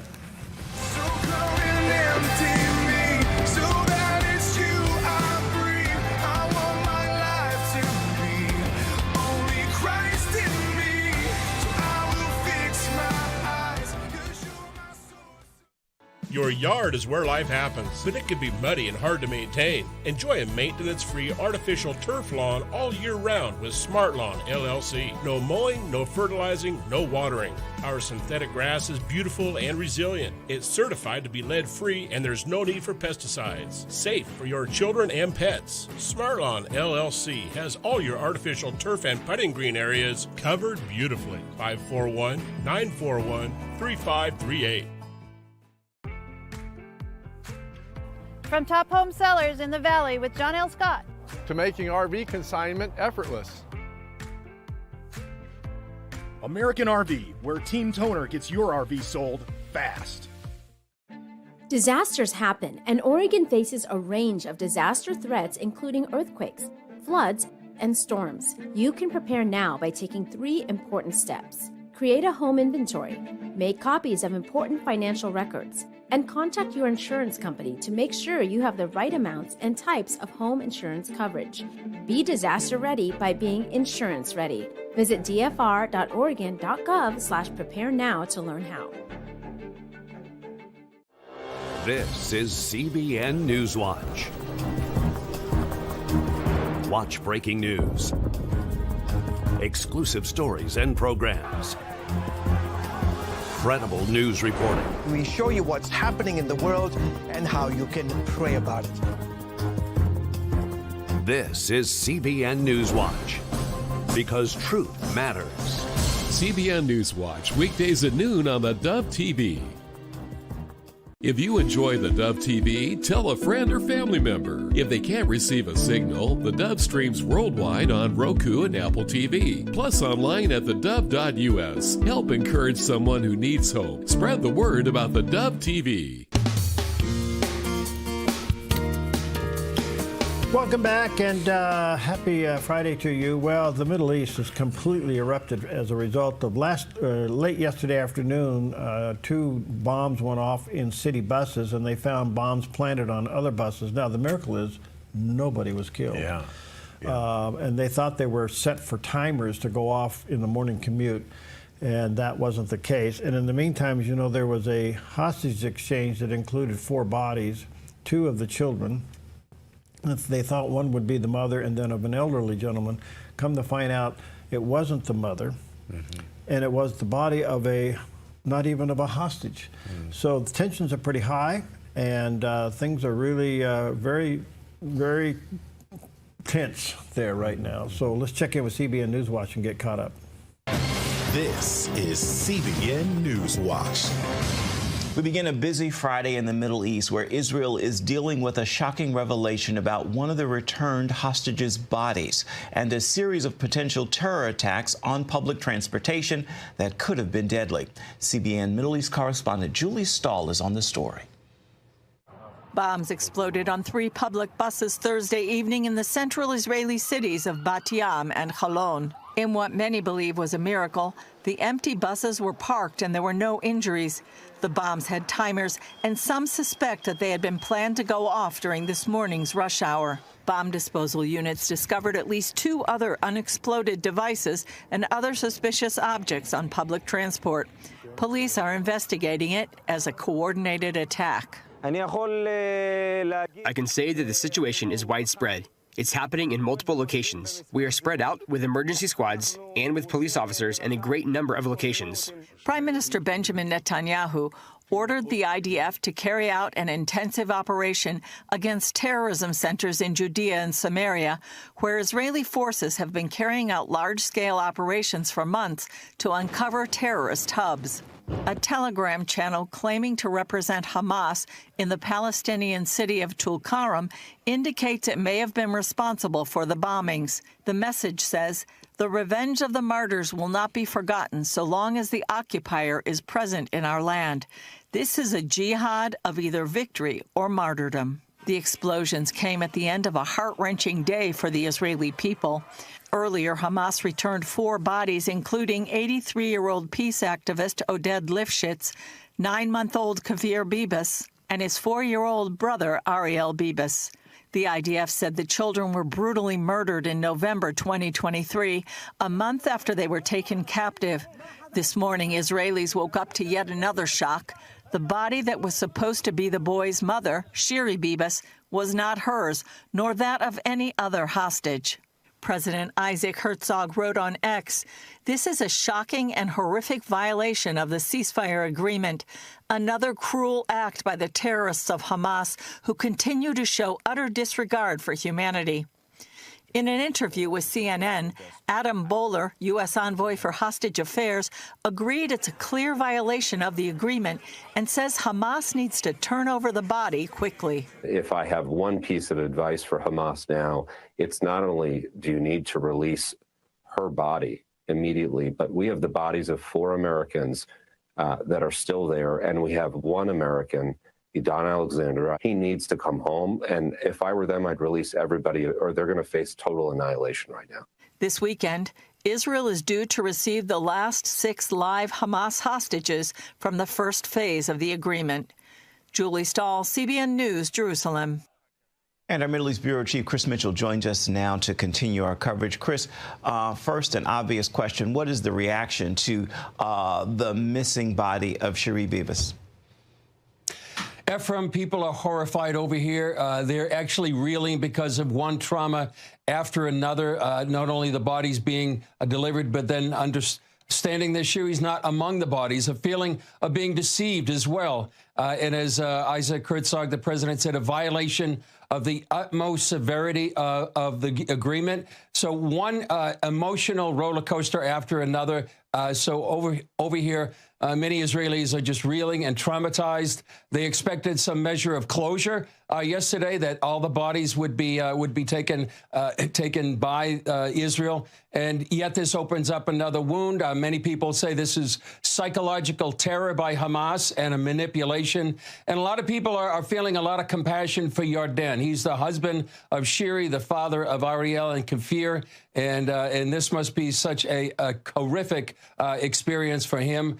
Now Hamas is saying that the remains of Shiri were mixed in with others in the rubble of an Israeli airstrike. The truth, many believe, is that they were likely, her two sons and her were brutally murdered. We don't know how bad that was, but that's what the forensic scientists are saying. And so there's really a lot of outrage here, Ephraim, and an expectation of some retaliation of what Hamas and other terror groups have been doing. Chris, the U.S. envoy for hostage affairs warned Hamas to turn over remaining bodies or, quote, face total annihilation. Is Israel ready to go back to war if the hostage agreement is broken? Ephraim, right now, the IDF is poised in and around Gaza to resume the war. Netanyahu said they will act resolutely to bring Shiri home, her body, along with all the other hostages, both living and dead, and then ensure that Hamas pays the full price, as he says, for this cruel and wicked violation of the agreement. He went on to say, may God avenge their blood. We, too, will take revenge. It remains to be seen exactly what Israel can and will do right now, Ephraim, because the sticking point and the dilemma for Israel has always been, they can go in and sort of have hell to pay, as President Trump has put it. But what about the fate of those living and dead hostages, that is? Okay, very tense over there. By the way, I just informed that I will have Chris Mitchell with me coming up in about a half hour. Oh. So we're going to Skype him in live from Israel. We'll get our own firsthand report with him and find out what's going on. So I look forward to that. That'll be coming up in just a few moments here. Cool. On the Dove. All right, good morning to you. It is the weekend, and the forecast is looking pretty good, and I'll prove it by showing you that Jerry won't even be here next week. The beginning of a wet system is starting to move across the top of our region. So today in northern Oregon and southern Washington, a slight chance of rain in low 50s for Vancouver and Portland, a slight chance of rain and patchy fog in low 50s for Wilsonville and McMinnville. Moving down the Willamette Valley, patchy fog, otherwise cloudy with daytime high temperatures in the mid-50s for Salem, Albany, and Corvallis. In Eugene, cloudy and near 56 with showers moving in tonight. In central Oregon, partly sunny, then a slight chance of rain with a high near 50 in Prineville and 48 in Bend. Mostly cloudy in mid-40s in Sun River. Over in Boise, Idaho, mostly sunny and near 48. Along the Oregon coast, cloudy, then a chance of showers near 58 in Coos Bay, a slight chance of showers in mid-50s in Port Orford, mostly cloudy and near 54 in Brookings, and a slight chance of rain in 56 in Crescent City. In southern Oregon, increasing clouds with a high near 57 in Grants Pass, mostly cloudy and near 56 in Medford, partly sunny in Ashland with a high near 55. In the Klamath Basin, patchy fog, then mostly sunny in mid-40s. Into Northern California, partly sunny in low 50s in Wairika, mostly sunny in mid-60s for Redding and Chico, sunny skies in Sacramento with a high near 66 and a calm wind. In the Bay Area, mostly sunny in Santa Rosa and Napa with daytime high temperatures near 67, mostly sunny in San Francisco with a high near 64 and a light west wind this afternoon, and today in San Jose, mostly sunny and near 70. It's a look at your Friday weather on the Dove. Okay, there it is. A beautiful shot of Mount Ashland this morning. Bluebird weather. We got some fog down here in the valley, but up on top is clear as a bell. It is beautiful, and the parking lot is starting to show some activity. And I have a feeling by around 9:30 or so this morning, there will be text notice sent out. The parking lot is now full. So if you're having a hard time coming up with an excuse, call Jerry. He's got all kinds of them. You know, I was accused. I had to go up yesterday and get some stuff that was left in our locker. And you know what? I've actually been accused of leaving it up there on purpose. So I had to go back up. What was the one you told me yesterday? You left the keys in the locker and you had to go back? Moving on, you know, it's Wow. enough to give you indigestion. And Yes. it was, with that in mind, it was a big day on this day in history for those with indigestion. On February 21st, 1931, a new remedy was introduced that would change the way people dealt with upset stomachs. In a small laboratory, chemists at the Miles Laboratory were about to unveil a revolutionary product, Alka-Seltzer. The sound of fizzing in a glass marked the moment when a simple tablet dissolved in water created a bubbly solution that promised relief from heartburn, indigestion, and headaches. At first, people were skeptical, unsure of the strange effervescent formula. But soon, the bubbling magic began to work wonders. Eventually, a series of iconic commercials struck a chord with consumers, like the now famous Plop Plop Fizz Fizz, oh, what a relief it is. And people across the country were turning to the sparkling solution for comfort. Alka-Seltzer became a staple in medicine cabinets, and they continued with great commercials, including the Mamma Mia, That's a Spicy Meatball commercial, and this one. I can't believe I ate that whole thing. You ate it, Ralph. I can't believe I ate that whole thing. No, Ralph, I ate it. I can't believe I ate that whole thing. Take 2 Alka-Seltzer. Alka-Seltzer neutralizes all the acid your stomach has churned out. For your upset stomach and headache, take Alka-Seltzer and feel better fast. Did you drink your Alka-Seltzer? The whole thing. It was a spicy meets a bone. That's right. Plop, plop, fizz, fizz. Oh, what a relief it is. What a great line. They had some winners, boy. I'm telling you, they're stuck back there in the memory banks. Wow. Mm-hmm. During one of the famous Dean Martin roasts. Oh, I love those. Folks, please roll with us on this. Yes. We're just trying to have a little fun. Yeah, right. Yes. You know. Right. Anyway, it was given to Bob Hope, and the California governor, here he comes, Ronald Reagan, got up. Nice. And told that, well, here it is. Here's Bob Hope, Ronald Reagan, and Dean Martin. Ladies and gentlemen, the Governor of California, the Honorable Ronald Reagan.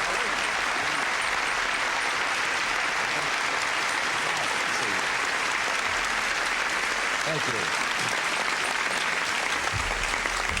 Thank you, Dean. I was a little surprised when I was asked to be here tonight to honor Bob Hope. Well, surprised isn't exactly the right word. Annoyed.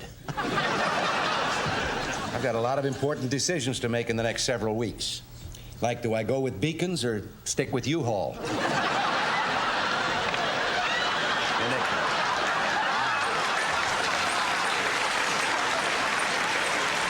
Now, in accepting this invitation, I don't want the taxpayers to think that I'd make a special trip down here just to be on this program. Now, that would be frivolous. I just happened to be in town anyway for something really important. A guest shot on Hollywood Squares. Seriously, Bob would do well in politics. He certainly has to be one of the most familiar faces in America. He's entertained over 10 million troops and seen by more than 100 million TV viewers. And if you throw in the 27 people who've seen his movies, you have a pretty sizable constituency. I'm the last one to criticize somebody's movie career. I've had a few disasters myself. I don't criticize governors either.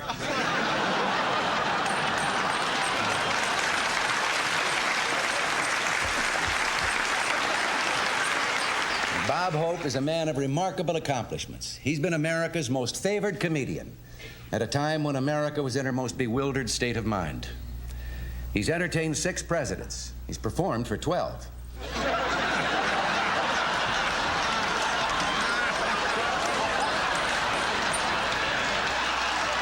Seriously, Bob, I know that over the years you've received many tributes and awards, and it gives me great pleasure to tell you that in honor of this occasion, the state legislature has unanimously passed a bill naming you California's foremost citizen. I vetoed it.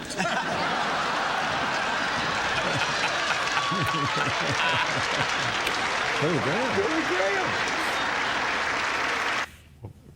Wow. Yeah. Well, for those who were listening on the Dove radio before you sent us an email, Billy Graham was sitting there. He was right on that panel. I would have loved to heard his comments. Yes, me too. They had the California governor, and they had Billy Graham for Bob Hope. And you know what? That's when they still kept it clean. Yeah, there were some funny moments. Yeah. That was a great, I don't know who put that together, but that was really, really good. And of course, then when Foster Brook gets up, you know, the place just unfolds. But they've had they ran so many people through there. Yeah. You know, I think they roasted just about everybody. Oh, man, and the panel there, they had Flip Wilson, and it's amazing. Okay, well, we're going to do some flips. We'll be right back.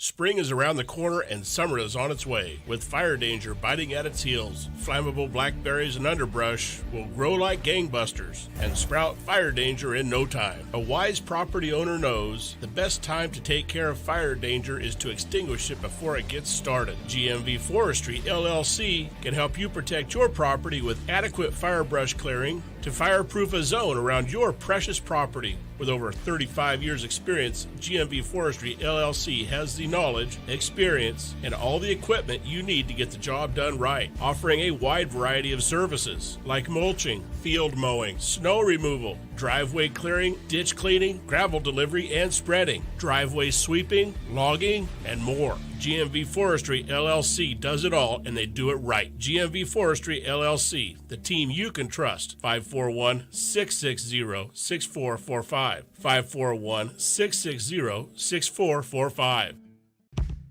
Your property demands equipment with more reliability, durability, and versatility built in. Kubota equipment is ready to get the job done right.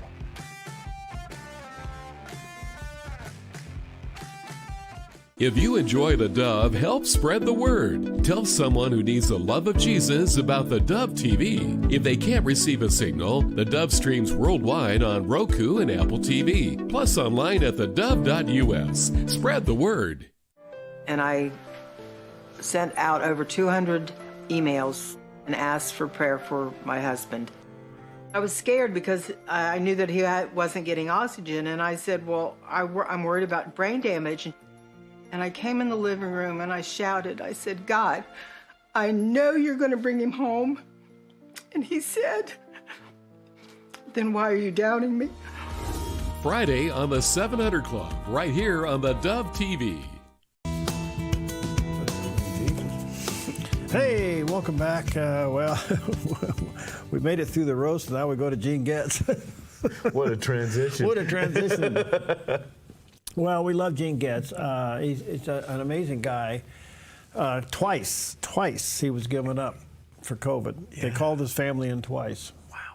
To say goodbye, and he's still with us, and he's an amazing guy. His Bible is literally being used all over the world, the Life Essential Study Bible, that has the QR codes in it. Yeah. And in Singapore, they're using it to teach foreign students English. Oh, man. It's pretty interesting. Anyway, we talked about a bunch of things, how difficult it is to find people who are really wanting to work, and that's number one, and number two, who are qualified to work. And it all has to do with the scripture that comes out of Exodus when Jethro, which was Moses' father-in-law, told him, hey, you need to delegate here. Yeah. So here's what Gene had to say about that. Well, if you go back to 1 Timothy chapter 3 and Titus chapter 1, there are about 20 qualities that are so significant. I mean, Paul really expands on what Jethro said here, you know, in terms of these qualifications.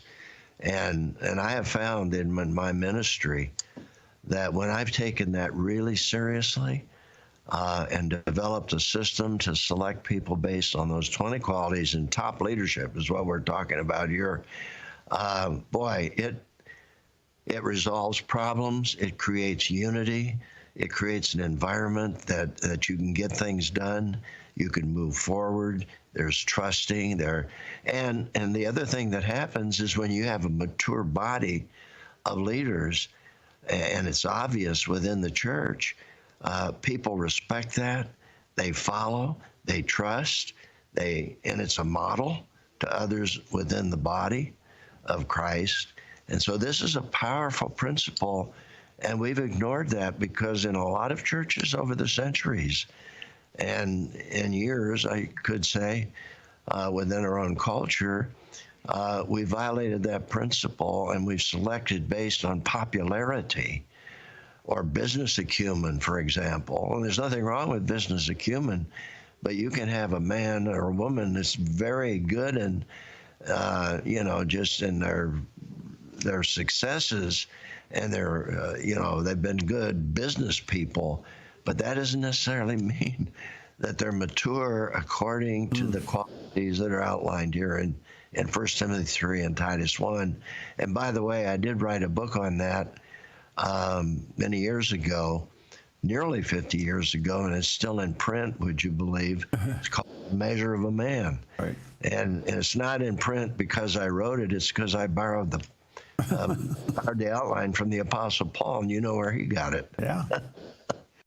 Well, I have to tell you, by the way, the Measure of a Man, you can still get the book. Mm-hmm. I think it's a must-read among men groups. Oh, okay. I really do. If you have a men's group and you're trying to figure out what to do, go get The Measure of a Man by Gene Getz several years ago. You can still get it and do that. But I have a question. Do most people who go to a church know who their elders board members are or council members are? Nope. I think you're right. And there's a way around that. How?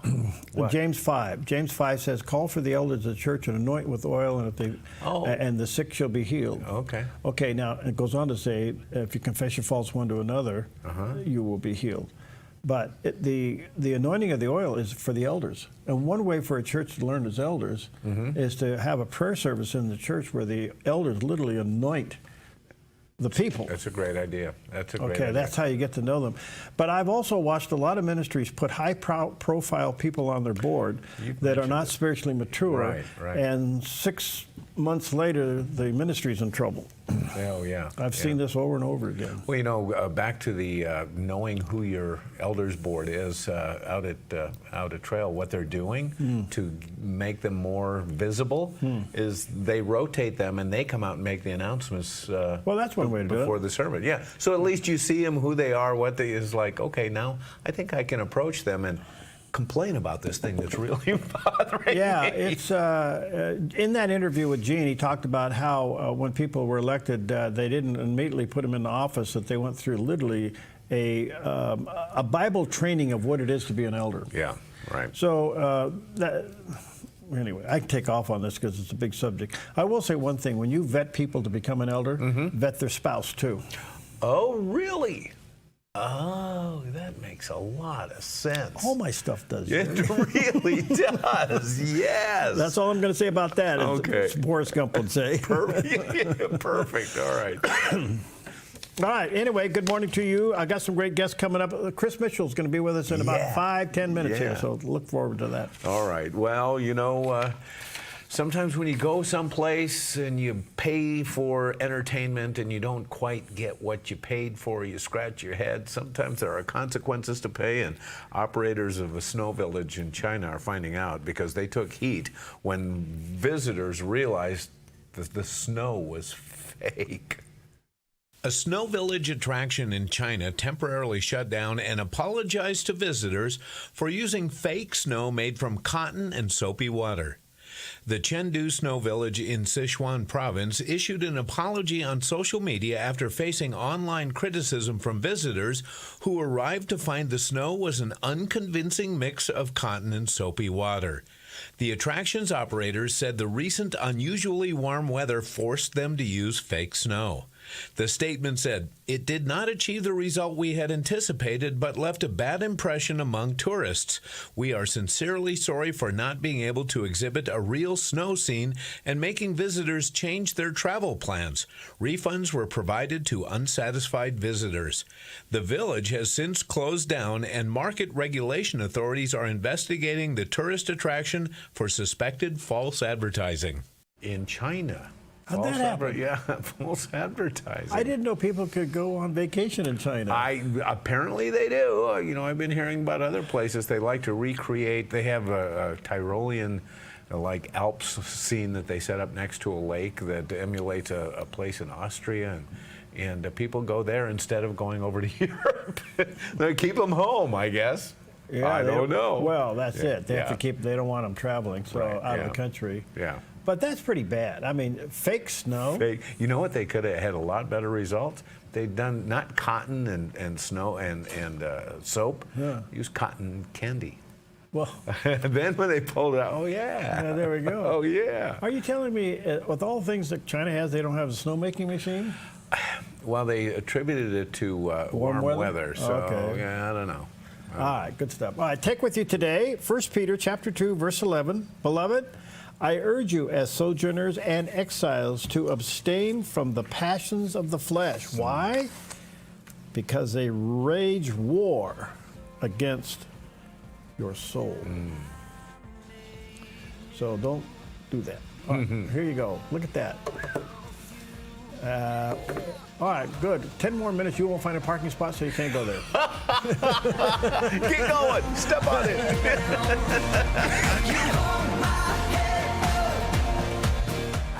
Get ready for fun at Rogue Ski Shop Think Snow Sale. Boulder Gear clothing now 20% off. Goggles, adults starting at $29, kids starting at $26. All Scott gloves 20% off. If you ski or ride, it's time to slide into Rogue Ski Shop Medford. Life is complicated enough. Why worry about what to do with your extra car? Skip the costs of maintaining it, storing it, insuring it, or renewing registration. Car repairs? Forget about it. Here's one easy solution to your car problem. Donate it to our station. It's fast, free, tax deductible, and if you donate, you're going to feel incredible knowing you're supporting quality programming. Interested? Just call this toll-free number or donate online. Thank you. This week on The John Ankerberg Show, in 1994, 20 Roman Catholic leaders and 20 evangelical Protestant leaders signed a document calling for Catholics and evangelical Protestants to be fully identified as brothers and sisters in Christ. But this document would raise questions over the crucial issue of justification by faith alone. What were those questions? Join me for The John Ankerberg Show weekdays at 4 o'clock right here on the Dove TV. It'll be encouraging and informative.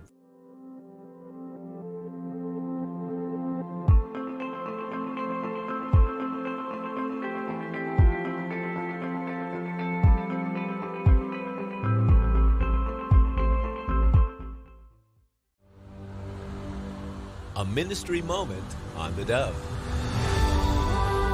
Hi, I'm Johnny Erickson Tata. And it takes a lot of work to live as a Christian, doesn't it?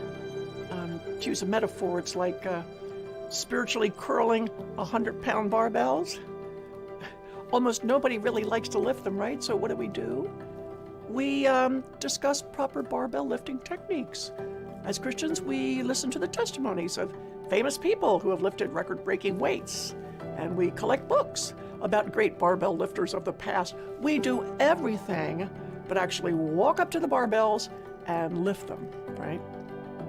But Philippians chapter 2 says, continue to work out your salvation with fear and trembling, for it is God who works in you, not only to will, but to act according to his good purpose.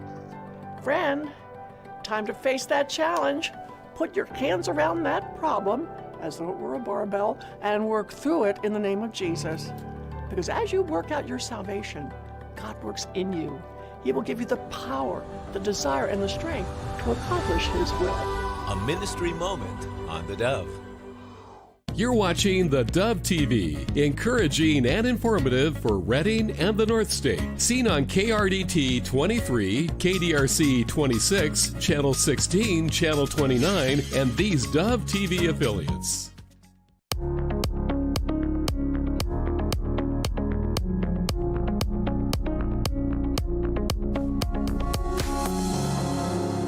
Welcome to Focus Today. I'm your host, Perry Atkinson, and boy, are we honored today. I had no idea we were going to be able to get him, and we are honored every moment that we have with him, and that is Chris Mitchell. He's the host of Jerusalem Dateline that you see right here on the Dove Television Network. He's also CBN News Middle East Bureau Chief, and often you see him throughout the day on the Dove TV, also on CBN, and just does a marvelous job. JerusalemDateline.com is the website. Chris, I can't believe we have you today. How are you, friend? Hey, Perry, great to be with you again. Yeah, it's always a pleasure. When do you sleep, man? Well, it's a challenge, especially with so many things happening here. I mean, for example, Perry, yesterday the big news was that the bodies of 4 of the hostages were brought from Gaza into Israel. And then last evening, we found out that there was a major terror attack that was thwarted. Then that was the big news. And then we woke up this morning, Perry, to hear the shocking news that the 4 bodies that were brought by Hamas into Israel, that one of the bodies wasn't a hostage, and it wasn't the wife of a man named Yarden Bibas. It was somebody else, and so nobody knows exactly where presumably where the body is right now. So it's challenging, Perry, to be reporting on what's happening here in Israel, in the Middle East. But we have a wonderful team here at the Bureau, and they do a great job. Well, you guys really do. So, Chris, these 2 incidences, the buses and now one of the bodies not even being a terrorist, is that clearly a violation of the ceasefire accord? Well, the body that's not Shiri Babis is definitely a grievous violation of the accord because Hamas had led everyone to believe that 4 of these bodies were going to be hostages. 3 of them were. 2 of them, one of them was Ariel Bibas, the 4-year-old son. He was 4-year-old when he was kidnapped on October 7th. Keithir, the 9-month-old, when he was kidnapped. And then there was an 84-year-old man, Oded Lifshitz, who was a peace activist. He was kidnapped and murdered by Hamas as well. One point to make, Perry, is that many of the people who were either murdered or kidnapped along the Gaza border were very peace activists. They were probably on the far left of the political spectrum. Many of them had employed Palestinians from Gaza. Many of them had taken them to hospitals, for example. And it's just such a betrayal of their loving attitude towards many of the Palestinians in Gaza. So he was one of them, a peace activist. And I almost hesitate to share it, Perry, but some of the news that just came out this afternoon is literally horrifying, because the IDF announced that after the forensic examination of Ariel and Keithir, they found out that they had been killed back in November of 2023, and they weren't killed by a weapon. They were literally killed with their bare hands. And it's almost hard to talk about it because it's really something that's almost demonic. These, a 4-year-old and a 9-month-old were just killed. And then their bodies, according to the forensic examination, were mutilated so they would sort of cover up the actual cause of death. So that's kind of what's happening in Israel right now. Now, the terror attack was thwarted last night. It was meant to be a mega terror attack with a number of buses, a number of suicide bombers, and from what we had heard, the possibility that it maybe was another October 7th style attack. So it was really a miracle that it was thwarted, Perry, and some of it may have been just a simple mistake, because the bombs that were in these buses were on a timer. And we understand that the timer was set to 8:30 p.m. last night instead of 8:30 a.m. this morning. And if it was set at 8:30 a.m. this morning, there would have been people on those buses, and there might have been many deaths and injuries. But thankfully and miraculously, that terror attack never took place. Gosh.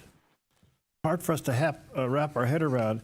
We're also hearing stories that some of the other Arab heads of state are calling this barbaric, that may have crossed the line in other areas beyond anything that we thought would be imaginable. Yeah, exactly. Some Muslim clerics are saying this is not Islam, and this really does cross a line that they don't identify with. So in some ways, it really has changed the conversation, changed the dynamic, and where some Arab leaders and Muslim clerics are just condemning what happened. And not only just that, they were condemning the scene yesterday that was displayed, and when the bodies were transferred. And that was even before they found out late this afternoon that those bodies had been mutilated. The sons, young boys, were killed with the bare hands of these terrorists. So yeah, it really has crossed the line for many, and I'm waiting. We'll see what happens. And now, Prime Minister Benjamin Netanyahu was very strong today, called these people monsters, and he had a picture of the young boys, young Bibas boys, and was very strong in his condemnation. I'm sure we're going to get a very strong condemnation from President Trump. And his envoy, Perry, said that, the message to Hamas he was delivering was that they're going to be annihilated. Okay, so is the number that I've heard is there's still 20 hostages, but they're not sure they're all alive. That's what's remained. Is that true? Well, tomorrow, 6 alive hostages are planned to be released.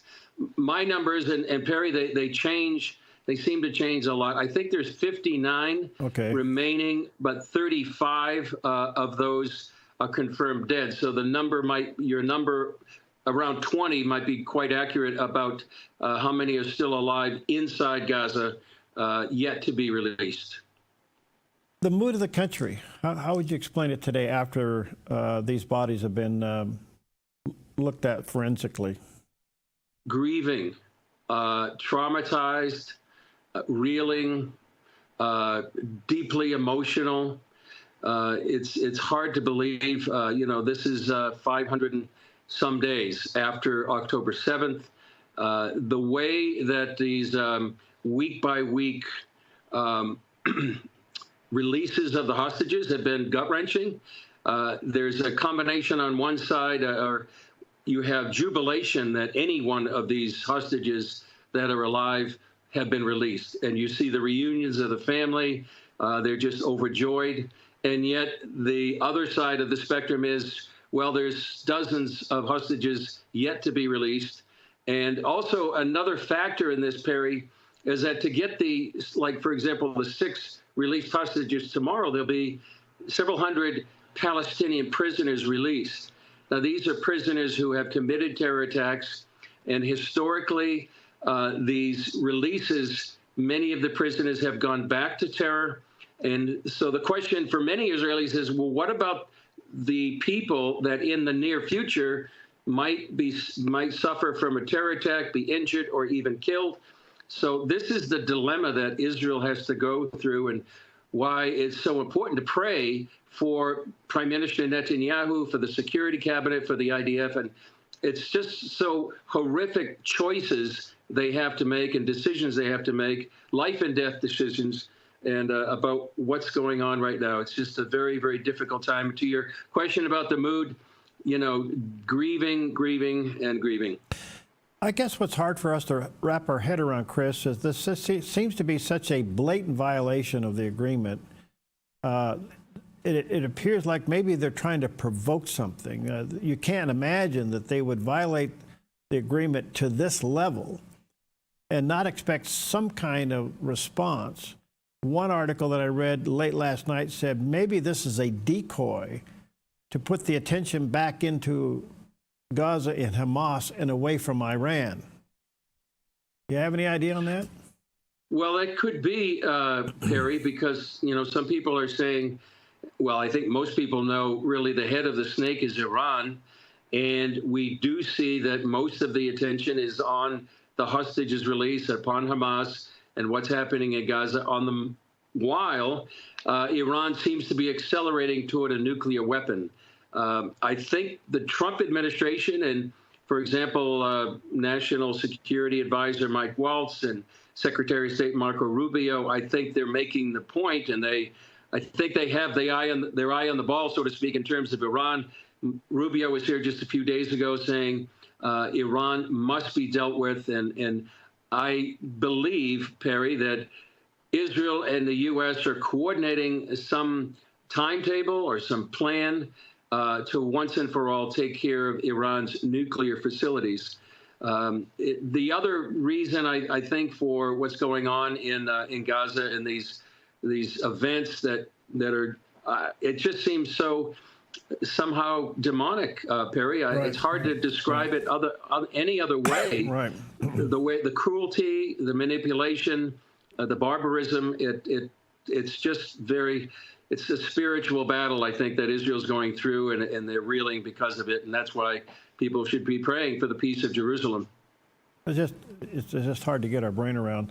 Just kind of back up a little bit, Chris. The president made a really out-of-the-box statement about the potential future of Gaza, turning it into, dreamland. So how did that go over in Israel? Well, in Israel, I think it was very well received. I think many people have that are either on the front lines on the Gaza border, or people as far away here in Jerusalem or Tel Aviv. They know that what Gaza has been for the last 20 plus years has been a bane for the Jewish people. Probably 30,000 rockets in that time span. And so if Gazans were relocated to another country, whether that be Egypt or Jordan, Morocco, I think people here in Israel would welcome that, and that the people, that maybe somehow Gaza can be redeemed and restored like President Trump is advising. However, it's getting pushback from Egypt and Jordan and some of the Arab nations who are coming up with their alternative plan, perhaps released at the end of the month or the beginning of March, to present something different. Certainly Hamas is rejecting this, and but there was an interesting survey, Perry, before the war, that 44% of young men, I think it was 19 to 35, they wanted to emigrate, 41%. And then 31% of all people from Gaza wanted to leave. So you can imagine that the numbers might be much, much higher after 15, 16 months of war. So, and people here in Israel are saying, well, give them a choice. Let them, if they want to go, let them go. And but that's going to be a very, very difficult process going through between the White House and the Arab nations in Israel and the people of Gaza themselves. In the meantime, since President Trump's been back in office, I can't help but think that the relationship obviously has been very firm and unbreakable between the United States and Israel, and that Israel's getting now what they need from the United States in the way of armament. That given the violation of the accord, the ceasefire accord, normally Israel would go in and say to the Palestinians, get out, we're coming in. Do you think we're going to see that in the next 48 hours before some kind of military action? Not right now, Perry. The reason being, I don't think they want to upset the next 24 to 48 hours with the 6 alive hostages. That I'm sure they want them to get out of Gaza as soon as they can. The dilemma has always been, since October 7th, that Israel can go in. They can go in force in Gaza. The question is, what will happen to the hostages that remain? And that's been the trump card or the leverage that Hamas has had since the very beginning. And that's exactly why they kidnap people, is to use this leverage against Israel. For the one thing, and this is what Yahya Sinwar, the leader of Hamas, actually had written in some of the papers that they discovered, was they use this as a ploy to divide Israelis, because some Israelis are willing to make any price, pay any price to have the hostages released. On the other hand, some people are saying in Israel, well, you can't pay any price. You have to draw a line somewhere, and that certainly puts the hostages at risk. So it's a very, very difficult time. So I don't see any military action just yet into Gaza. Interesting. All right, let me take a quick break. JerusalemDateline.com, that's Chris's website. Of course, you see his program here on the Dove TV network. And of course, you see him almost daily now on CBN News. We'll take a quick break. We'll be right back. Hey, this is Ed, co-owner of Visiting Angels. To continue to serve our seniors, we need more caregivers with a heart to serve. Our mission statement is honoring the art of giving, which means we honor you, the caregiver. We know it's our people that make Visiting Angels the best in-home care provider and a great place to work. Come be our next amazing caregiver. Give us a call or apply online. At Visiting Angels, we're committed to you because we honor the art of giving. At Kelly's Automotive Service, being good stewards of what God has entrusted to us is at the core of our business. We believe what we do matters. Every interaction, every transaction is another opportunity to bring Christ's values into the marketplace. If you're a technician who wants to be part of something bigger, or just looking for a new shop to bring your vehicle, we would love to meet you. We're Kelly's Automotive Service, where we service your vehicle, but take care of you.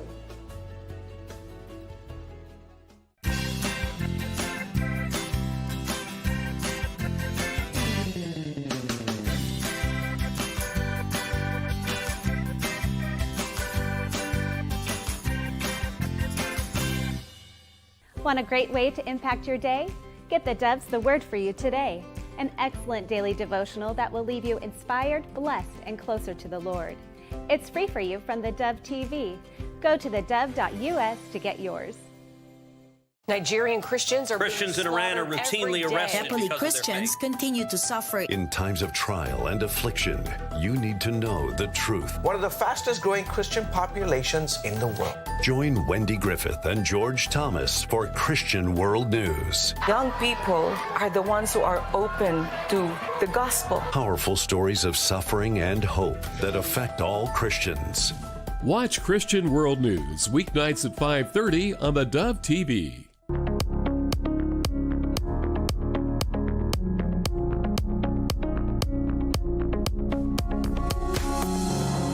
Okay, welcome back. Always an honor to have with us Chris Mitchell, and just so honored that you give us time today, Chris, with your schedule.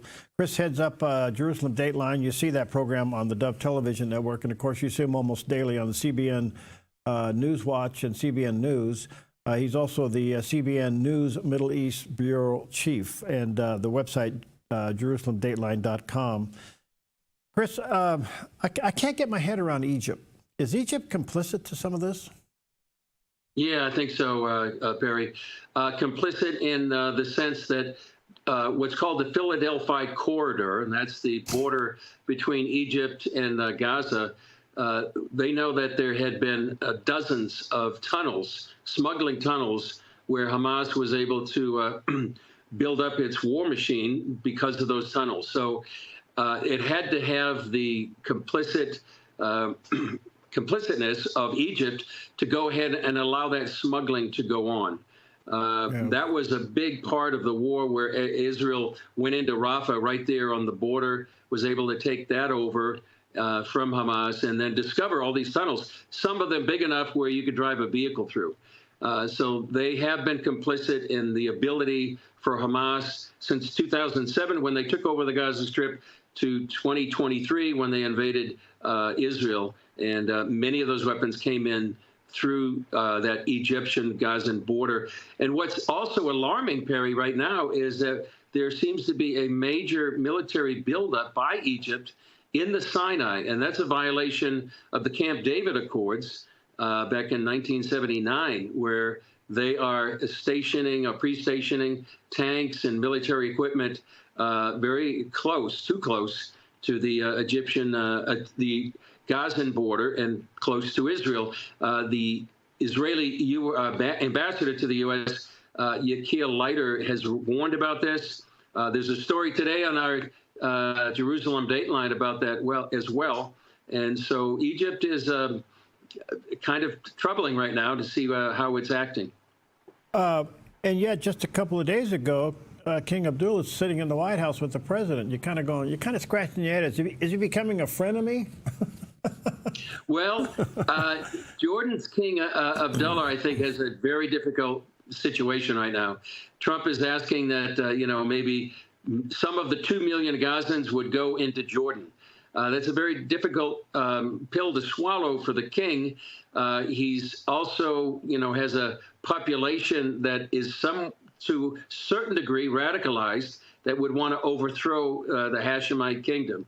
So he's in a very delicate position, although he needs U.S. support and U.S. aid. So that's why he was in the White House, and he was very committal about actually embracing President Trump's plan. So that was a very difficult thing. Now, President el-Sisi was scheduled to be at the White House. Now, he canceled his visit because they don't agree with President Trump's plan to relocate all the people in Gaza. And as I said, he will be part of the Arab summit to present an alternative to President Trump's plan to relocate all these people in Gaza and make Gaza, like a Singapore of the Mediterranean. So help me understand also, why won't Egypt accept the Palestinians? They'll take the children, but not the adults. Why? Because the Muslim Brotherhood, which spawned Hamas, is a radical group that would love to overthrow the Egyptian government. No, Hamas is, the stepchild of the Muslim Brotherhood. So the people in Gaza have been indoctrinated with this kind of ideology to overthrow, to destroy Israel, for one, kill Jews, second, but also overthrow any government that they consider moderate or not as Islamic as it should be. So they don't want, maybe 2 million Gazans in their country that would foment any opposition to the government itself. That's one reason. And I think there is maybe they just don't want to take the burden of having all these refugees in there. Some people think maybe just put them in Sinai, or have them put them in Sinai maybe as a temporary shelter while Gaza can be rebuilt. Give us an update at the north end of Israel, up around Lebanon and Hezbollah. A lot of people, Israelis, have still been displaced. Give us an update there. Will they ever go home soon, you think? Well, some people are going back right now, Perry. In fact, Julie Stahl, our correspondent here, did a story on that. It's not as clear-cut as people would like. Part of that is the reason that there was a ceasefire that some believe was premature, where Hezbollah was on the run, and it was probably could have been totally vanquished in southern Lebanon and in much of Lebanon itself. But the ceasefire has left sort of a gray area that Hezbollah is not totally defeated. They want to come back into southern Lebanon. And so I think there's still a reluctance on some people that have been evacuated from the north since maybe October 7th or 8th, and about going back there. But there are some that are going back. Thankfully, there hasn't been the rocket attacks that had been for months and months from southern Lebanon into northern Israel. But it's still a tough time for people in the north to go back to have a complete sense of peace that rocket attacks may not come back again. Is it true, and I don't know, maybe speculation, but Israel, Netanyahu's pretty much wants to go in and neutralize Iran. President Trump would rather do it more through sanctions. Do you have clarity on that? Well, he does want to put, and he has begun, I believe, what some people call maximum pressure 2.0. When he did that in his first term, it really put Iran on the ropes economically. Some people say it would nearly bankrupt up to 2020 when the presidential election took place and Biden took over, which then released or eased some of those sanctions and really allowed billions of dollars to go back into Iran, funding many of these terror groups around the region. So President Trump seems to be saying he wants to make a deal. He would rather not have a military action. But I believe, Perry, that they are planning the possibility, if necessary, a military strike against Iran. When and how, I don't know. But they are providing many more munitions and perhaps these kind of bunker-busting bombs necessary to destroy many of these nuclear sites, which have purposely been built underground with concrete-hardened bunkers. So with the U.S. now, and if diplomacy doesn't work, then I think my sense is that the Trump administration would welcome the opportunity to go ahead and destroy Iran's nuclear facility, which may lead to a regime change. There are millions of Iranians who despise the mullahs in Tehran. They despise the kind of Islam, and thankfully, Perry, and I know you've seen this on many CBN News reports, there's a revival inside Iran of literally millions of Iranians coming to faith through Jesus Christ, through dreams and visions. And many of those people are praying that this regime that is so oppressive and tyrannical would one day fall. But to your point, your question about the Trump administration, I think the White House is working sort of hand in glove with Israel concerning what they will do about Iran. When and how that works out, we'll see. It seems to me, and I'm not trying to be overreactive here, but it seems to me ultimately a regime change has to be on the table. I think so, yeah. I think that would be the ultimate goal of both Israel, certainly, and perhaps the White House as well. Yeah. This regime is, been such a source of evil throughout the region and around the world, for that matter. And just one caveat, Perry, would be the fact that even though Iran, if Iran is falls, if this regime falls after more than 40 years, there are other actors in the region that are not so nice as well. Turkey is rising, and now we have a new regime in Syria that at least the leader has a checkered past of being an Islamist and employing Sharia law. So it will be a great change if this regime falls in Iran, but there are other actors in the region that are not so nice as well. One last question, Chris, and thank you again for your time. As you know, they're trying to settle things between Russia and the Ukraine, and it's been touted that possibly the Crown Prince of Saudi Arabia would be the negotiator. How's that playing out in the Middle East? Well, I know just a few days ago, I think you had three Trump officials. You had Marco Rubio, Mike Waltz, and I think Steve Witkoff. They're meeting with MBS and talking about that. Riyadh is an interesting place for this summit to actually end the war with Ukraine and Russia. But MBS seems to be playing a pivotal role, the Crown Prince, in these negotiations. And I would just add, Perry, just an encouragement for people to pray for Israel at this time. Yes. As we said at the very beginning, they are grieving, they're mourning. Shabbat has just begun here in Israel, and they really could use prayer for comfort. It says in Isaiah chapter 40, comfort ye my people, and to pray for the peace of Jerusalem in Psalm 122. So it's a very important time to stand in the gap for our Jewish friends here in Israel and around the world. Beautiful. Thank you, Chris. Thank you. Please know that you are in our prayers as well. We value your time, and to thank you for it. God bless you, my friend. We certainly will continue to pray.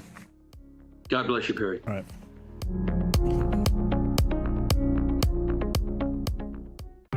Looking for the perfect RV adventure? Team Toner's got you covered from home to Homes on Wheels. Discover unbeatable deals only at American RV in Southern Oregon.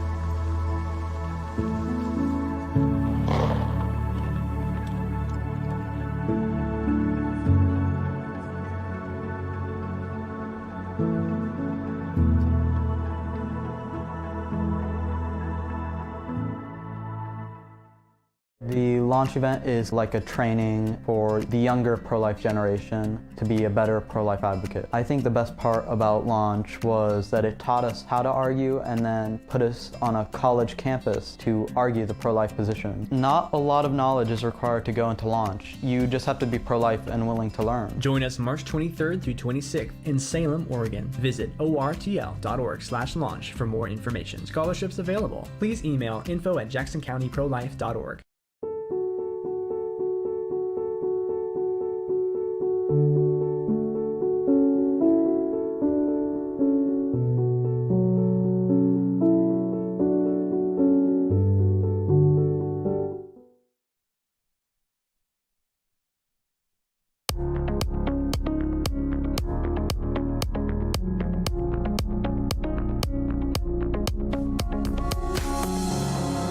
Welcome back, and honored to have back with us today Dr. Tim Murphy. Always enjoy when we have time to sit down with him. He's a licensed psychologist.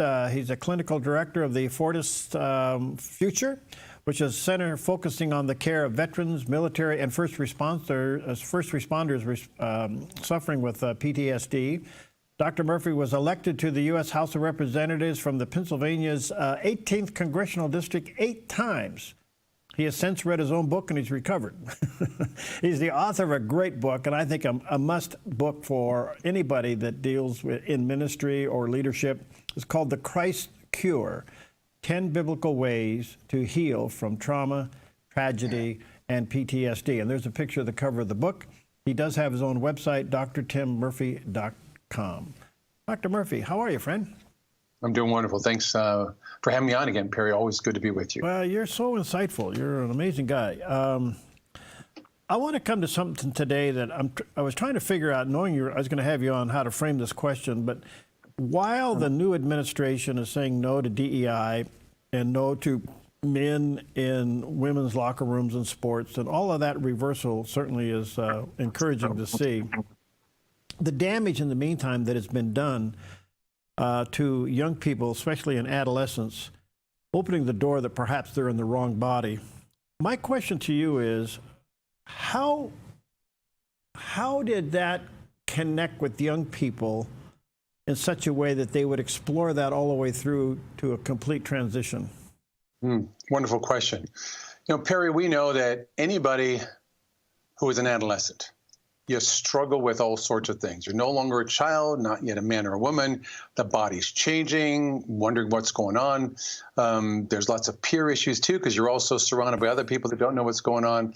We have a situation now where only 41% of young men are raised with a father present in the home.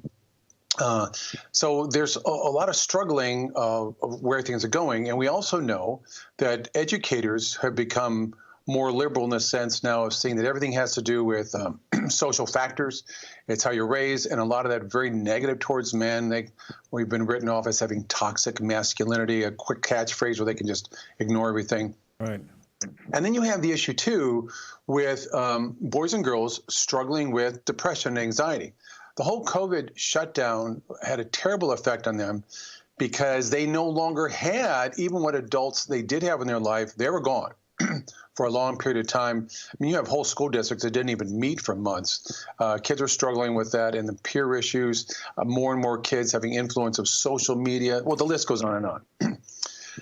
So what happened was a few years ago, there was a group that did this study and said, well, gee, maybe this has to do with gender dysphoria, and that is boys and girls who really think they're trapped in the wrong biological body when they really are a boy needs to be a girl or a girl needs to be a boy.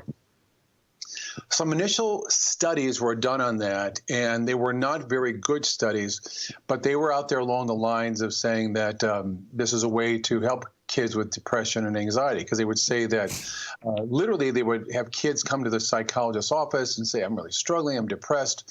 And the psychologists were trained to say, well, did you ever wonder about maybe your boy, you really wonder about if you're a girl, or a girl wonder if you're a boy? And they go, yeah, I'm kind of not sure about that stuff. And what happened in what I think is pretty unscrupulous and unethical terms of therapists, I went to a presentation once where they even said that they put rainbow flags around the office. They made sure that kid was now exposed to being around other gay, lesbian, and transgender children or transgender adults so they could say, oh, what I'm feeling is normal. They changed it. We know peer groups are extremely important. Parents always said, be careful who you hang around, you're going to become one of them. Well, they would do this as a way of infusing. And this whole idea that because kids who are struggling with issues have a higher tendency towards thinking about suicide, they would say, well, would you rather have a dead son or a living daughter? And parents would say, my gosh, it's this severe. What do I do? So that was part of it. In the medical sphere, they realized this is a cash business. And plastic surgeons get a lot of money for the surgical work on one level to castrate boys, hysterectomies to girls, or mastectomies to girls, puberty blockers as medication, and also then even a more severe kinds of surgery of providing genitals, et cetera. So a lot of money in that. And then the research kept saying, well, this is the right thing to do, but there was a lot of suppression of research. I know in my own organization, the Pennsylvania Psychological Association, they have no presentations at any of our conferences, no publications to challenge that way of thinking. In fact, they say we are unethical if we don't do this. And I'm thinking, well, who are you to declare this? And they also will say people who are religious, they dismiss that as a mechanism. So look at all these things. Lack of parenting, natural biological questions, depression, anxiety there anyways. And a group swoops in and says, this is the answer. But what they fail to say, the big lie is they say, this doesn't cure depression. This doesn't cure anxiety. But they kept pushing that. And you had a lot of liberals then that were in power in state and federal government who took the bait on this and said, oh, this is what we ought to be doing to help children. And therefore allow boys into girls' restrooms and vice versa, into public restrooms for adults, and basically telling us all we're wrong and we're terrible if we don't go along with this. It was an absolute firestorm of pressure against people. And then even attacking Christian or religious, because Muslim therapists are the same way too, attacking us for saying, no, that really is, there's something, God made man and woman. And I understand kids get confused, and I get that. There's a lot of confusion, but you help them through that. You don't just say, well, the way to handle this is just castrate you and you'll live happily ever after. We know that's a disaster because a massive study that was published out of Denmark just 2 years ago said that boys and girls, or the people who go through the transgender changes, have a 7 times greater rate of a suicide attempt that requires medical attention and a 3.5 times greater rate of suicide death. So this is no cure. But they don't want to hear that data. It's false. So I'm so excited the White House says, enough of this. We're going to get back to important principles. We're not saying kids don't need help if they're depressed or anxious, but this is not the treatment. Because if it was the treatment, why do we still have half of our teenagers still struggling with depression? Wow. Am I also hearing you say, Dr. Murphy, that the vulnerability of the circumstances, whether it's COVID and all the contributing factors, that vulnerability was intentionally targeted? Well, it was seen as an opportunistic target, and that is, look what was shut down during the whole COVID shutdown. Churches were told you cannot have services. You can't have public services. You can't even have a service in your parking lot where people could tune into the station and listen to a sermon while and not have contact. But you could go to the liquor store. You could go to stripper clubs. You could do all those things, and that's fine, but you can't be together and couldn't even connect as a family. You know this, Perry, that one of the most important things families can do is have a meal together. Clearly tells us that families, not fight time, but, not bringing your iPad and your phone to the table, but really talking with one another. I always tell families 2 things you can do at the tables. You can eat and talk calmly. This is not the airing of grievances. This is not Festivus, as they said on Seinfeld, but it is a matter of talking together. Those things are so important, and extended families are so important for kids to have contact with aunts and uncles and cousins and grandparents. All that was shut off for a year. And if the intent was to say, we're going to block those institutions which are valuable to helping families, that's pretty awful. But I think there was certainly a move to say that when you have a very, very secular country that's anti-religion, and I'm saying that because we look at the anti-Semitic comments, anti-Christian comments, that it's out there. When you do that, the only thing bigger than big government is big God. And they can't have that. And Karl Marx talked about this. This has been part of any kind of government that requires the people to be subservient to them, has to eliminate the influence of church, and in this case, Christianity too. So I think those parts were orchestrated, and that's a terrible a problem that we're going to need a generation to fix this. Wow. How does your industry, if I can use that term, these conferences you go to of other psychologists, how do they justify ignoring natural law? Well, they'll always use terms like saying, well, scientifically based. And the battle I have with my own state psychological association, I said, then let's have a debate. Let's bring it out. Except to say facts are not debatable. Opinions are. But they suppress the facts when they say, if you post anything on this, we're going to refer you for counseling. There was something when the president, even Secretary RFK, was posting something about medications. We need to review those things. And I said, this is worthy of a discussion. And I got attacked right away for saying that somehow they says, well, you're a Trumper, you're Republican, you're conservative. I said, that's got nothing to do with it. I don't really care what your positions are, but we ought to talk about things like stimulant medications. Can they be valuable for a child with real clinical attention deficit disorder? Yes. As a matter of fact, anybody who takes a stimulant will probably pay better attention. How do we know this? Have a cup of coffee. And I think also we have to be very careful, excuse me, with SSRIs, selective serotonin reuptake inhibitors, used to treat depression. They can be very effective with people with depression, but really beginning probably about 35% of the cases, maybe half. And what happens when you're taking those, when you initially start taking SSRI, you have an increased risk for suicide. And when you stop taking them, increased risk for suicide and some slight increased risk for other violent behaviors. So it's worth it to have that as a discussion. Are we misprescribing those? Or are we not tracking people close enough? And most psychiatric medications are prescribed by a non-psychiatrist. I mean, what would we say? I would say most brain surgery is done by a person who's not a brain surgeon. Well, we'd say that's ridiculous. But we don't have enough psychiatrists. So what happens is these things are set out there wrong, and those all contribute to the aspects here of we're not treating people properly. And so there's a suppression with people saying, well, you need to go back to the facts and research. I said, well, that's fine. Let's go with the facts and research, but look at all of it. Bring it all out. Air it all. That's what happens. I mean, the thing was Galileo, and I'm not going to quote him right, but he said, I'd rather have one person's honest, humble opinion on the truth than 1,000 other people's opinions. That's not really a direct quote, but that's basically what it is. So they say, we outnumber you, and we're in power and we're in control. The American Psychiatric Association, the American Psychological Association, the American Academy of Pediatrics. But the American Association of Plastic Surgeons says, don't do this anymore. We don't have sufficient data. Finland, Canada, Sweden, Denmark, United Kingdom all said, don't do this anymore with kids. The data's not out there, and we may be causing more harm than good. So the United States is not listening to this among the professional associations, and they're suppressing that data from us. Wow. All right, let me take a quick break. drmurphy.com is his website, but if you do any kind of counseling, pastoring, management with people, his book is a must in your library, The Christ Cure, 10 Biblical Ways to Heal from Trauma, Tragedy, and PTSD. It's a book you'll write in the margins. There's a lot in there. We'll be right back.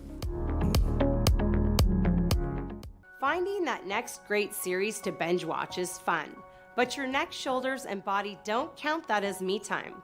Hi, I'm Tamara Miller, owner of Organic Element Spa, and I invite you to put down the remote, get off the couch, and schedule yourself some real me or we time with your favorite service, like one of our many massages, couples massages, or facials. Your health, safety, and comfort are always top priority with us at Organic Element Spa. We can't wait to see you. Book your appointment today. In the heart of the Rogue Valley, RVTD connects us all, not just through miles traveled, but also through time. With renewable technologies and more convenient ways to get around, RVTD's building a future that keeps our region connected. Public transportation isn't just about getting from here to there. It's about the journey, past, present, and future.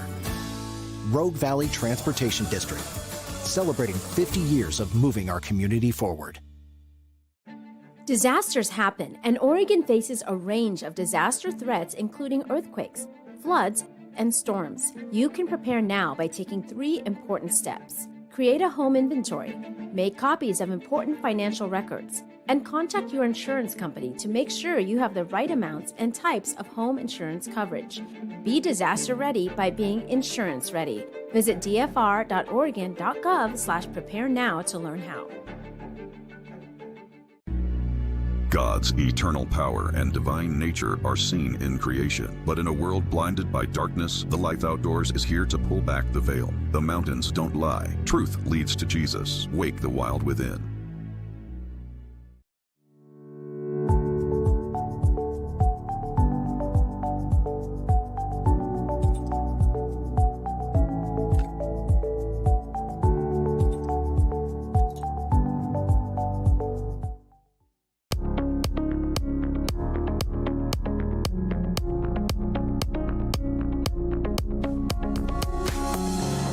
Okay, welcome back. An honor to have back with us Dr. Tim Murphy. We're talking about a lot of things. He's a licensed psychologist, but he also served 8 times in the House of Representatives, U.S. House of Representatives, a congressman from Pennsylvania's 18th District. By the way, Dr. Murphy, just kind of a 30,000-foot view question. What do you think of President Trump's first month in office? Wow. I mean, really, wow. The number of things that he has done and followed through on has really shaken up a system. I'll tell you, in all the years I was in Congress, we always talked about cutting spending. And so legislatively, we say, well, do we cut in this department or this department? How do we do this? Even to say, can we do a 1% cut across the board? And very often we were hit back with, no, you can't do that because all these programs are important. What Congress is not able to do is get inside and say, where exactly is this money going? And I know I was a chairman of a subcommittee of oversight and investigation for the Committee on Energy and Commerce. So I had oversight over Health and Human Services, a number of things with the Manufacturing Department of Commerce, things with the FCC, a number of aspects there. When we would bring them before us, they would simply say, I don't know, or I'll get you that information, or we'll talk about it later. And we wouldn't get it. Even under Republican administrations or Democrat administrations, you couldn't get the data because it was under the executive branch. Well, it took Trump to say, we're going to go through all this, and we're going to see exactly how the money is spent. So when you tell us you need X number of billions for this, I want to know where it goes. And I think it's wonderful he's exposing this. Now, USAID does do some good things when it comes to helping foreign nations stabilize, provide help for their people, et cetera. But we shouldn't be doing some of these bizarre things that the money is being spent on. And I find that fascinating that some people are rebelling against that. Like, we shouldn't be doing this. And they distort it to say, you're going to starve children when you cut money to schools, you're going to hurt the military. And we're finding those things aren't true. But what's that line in Shakespeare? Methinks the lady doth protest too much. And that usually means someone hiding something. And I don't understand that if these programs are out there and doing some questionable things, everybody should be welcoming and saying, bring it on, I want to know. So I applaud Trump for getting into these things. President Trump style is being a bit brash. So when he says he's going to turn Canada into a state or take over Panama or buy Greenland or whatever he's going to do, I know his negotiation tactics. You start up here and you work your way down. No intentions really of taking on Canada or Greenland, but we know he wants Canada to step up and guard the border. Why should we be doing the whole thing? Canada has a massive amount of coastline. Are you protecting that from any submarine bases, et cetera? No. What about other submarine bases up in the North Sea or areas there? Well, we should be talking with Norway and Sweden and Scotland and these areas and Denmark around Greenland to work on these things. So I applaud him for bringing these things up. We've got to talk with them. No one would do it before. So here we are. We now have a new HHS Secretary, Robert F. Kennedy Jr., and in the past he's made some very interesting statements about psychiatric medication. What's your take? Well, as I started to say before, we do need to review those things with some of these medications, how they're prescribed and how they're used. That doesn't mean they're all bad. We know a lot of people with depression can be helped with medication, but that's not the only thing. In the work I do with veterans, we know that mild to moderate depression, something that can help with resilience and recovery from that, is vigorous physical exercise. Schools don't do that anymore. People do that in the military, but you have to maintain that afterwards. We also know that religion makes a huge difference in recovery from problems. But it's not the only thing. We have to remember there's biological causes and issues that have to be dealt with. And even as one is working on their reactions to trauma, for example, trauma is very real and it has a very real impact. You know, God made a body that's responsive to the world. And so we have to work on that. But here's where the concern is: it's misdiagnosis and misprescribing. So in the area of psychosis, there are some medications with help with schizophrenia. 1% of the population is about 3.5 million people. And that group with very severe mental illness makes up about 40% of the homeless, 40% of the homeless, 30% of all mass killings, mass shootings, 10% of all homicides are done by someone who is, for example, schizophrenia not in treatment. So they're not on medication, not in treatment. And a big part of our prison population. Why aren't they in treatment? Well, because you also have people out there who say, well, you should never force someone to take medicine they don't want to. Okay, I get it. And from the standpoint of, or you don't want to force people to be vaccinated or don't want people to take other things they don't want. But if someone is not able to even think for themselves, they're not even aware of what planet they're on, or they're floored hallucinations and delusions, we know that some medications can help. Antipsychotics, particularly one called clozapine, but the FDA has made people have to jump through hoops with taking it. It's very difficult. So a lot of people with severe mental illness don't want to take it. So I'm glad that Kennedy's going to look at this. I think it's been read by many people in the psychiatric population or people with struggles saying, oh, is he going to take my medication away? Is he going to start prescribing? No, that's not the case. But let's welcome the discussion on this and have that. But one other thing that goes with this, too, is over the years, the amount of research that goes into schizophrenia. Remember, this is about 3.5 million people, but the annual cost of this, the burden of this illness, is about $380 billion nationwide. That's family costs, medical costs. These people have a high propensity towards 1 or 2 or 3 chronic illnesses. That's a big part of our prison population, $380 billion. Yet the amount of money we spend on schizophrenia research, I'm not sure it's 216, 220, 230, but that's remained flat for a while. So in real dollars, adjusted for inflation, it's worth $200 million. On the other hand, the amount of money we spend on AIDS, with the population is smaller than that, is the amount of money we spend on research is several times higher. So worthy to do research on these diseases, but something that has such a huge financial impact and impact upon our homeless population, we ought to be investing in this. So I'm hoping that that's something that they say, not only should we look into drugs, but looking at getting people the proper medication and doing some research, because we don't have a cure for schizophrenia. Severe depression, we have some things we can do, but let's look at these in a holistic way and provide the kind of help that people need. So I welcome RFK's look into this, changing it. I don't want them running an office. It's just about too much pressure in the world, and let's have farms where they can go to and live. Now, we have to continue this scientific work. But here's the thing. I'm excited about this. The Office of Faith-Based Initiatives, which we used to be off in the Executive Office building, President Trump has moved her into the West Wing near him. That's really important. So as these questions come up, that what's happened across many federal departments, the whole Department of Defense, HHS, et cetera, HUD, have not included a religion as part of this. So, for example, if we unleash the compassion and mercy and the mission of churches to help with the homeless population, that's a huge factor. But what happens under groups that don't let's talk about religion and faith, they suppress that. You know, Perry, every church says we have a local mission, we have an international mission, let us help. And here's the government could do a big favor to those churches, say, let's do it, but not have the government tell them how to do it. Well, you must do this, and you must provide birth control, and you must provide training for gender dysphoria, et cetera.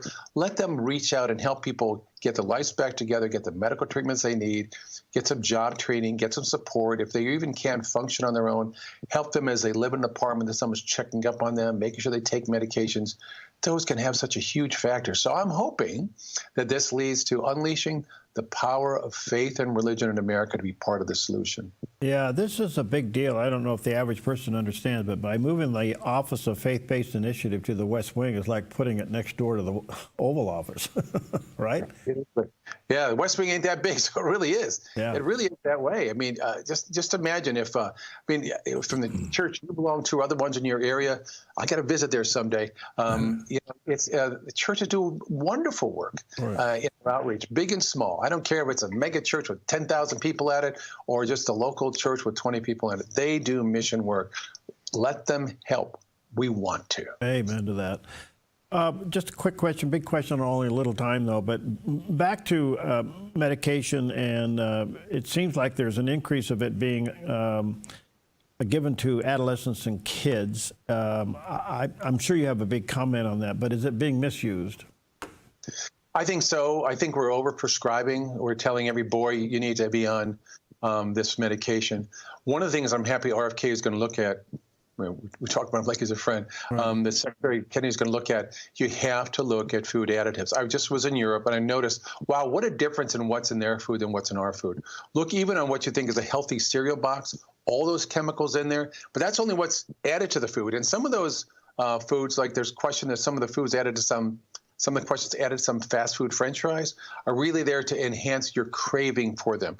Remember with cigarettes, the big thing was not just nicotine, but a lot of other chemicals added to like make the cigarette burn faster, increase your cravings for cigarettes. That boosted sales. Well, in Europe, you don't have all these things, and also limited use of pesticides, herbicides, hormones. All those things are parts that then we ingest, or it also goes into our water system when we drink. So all those are important factors. Those may well be factors that people need to look at as the increase in a number of these concerns about autism and attention disorder. One other thing, boys are rambunctious. Yes. Yeah. You know, I even said my 3-year-old grandson yesterday, I got to take a nap. Yeah. Yeah, some girls like that too, but there are biological differences when you have testosterone versus estrogen. And we have to say, don't just give them all a stimulant medication and calm them down. Adapt the education system and let them do these things. So let's hope Kennedy looks at those things too. Thank you, sir. Thank you so much for what you do, and you've been faithful to doing it. Let me say to our viewers or listeners, he does have a website, drtimmurphy.com, and a picture of the landing page there. And get his book. You've got to have this book in your library and in your office, The Christ Cure, 10 Biblical Ways to Heal from Trauma, Tragedy, and PTSD. We have a lot more to talk about, Dr. Murphy. I look forward to doing it soon. Thank you so much. God bless you. You too. God bless.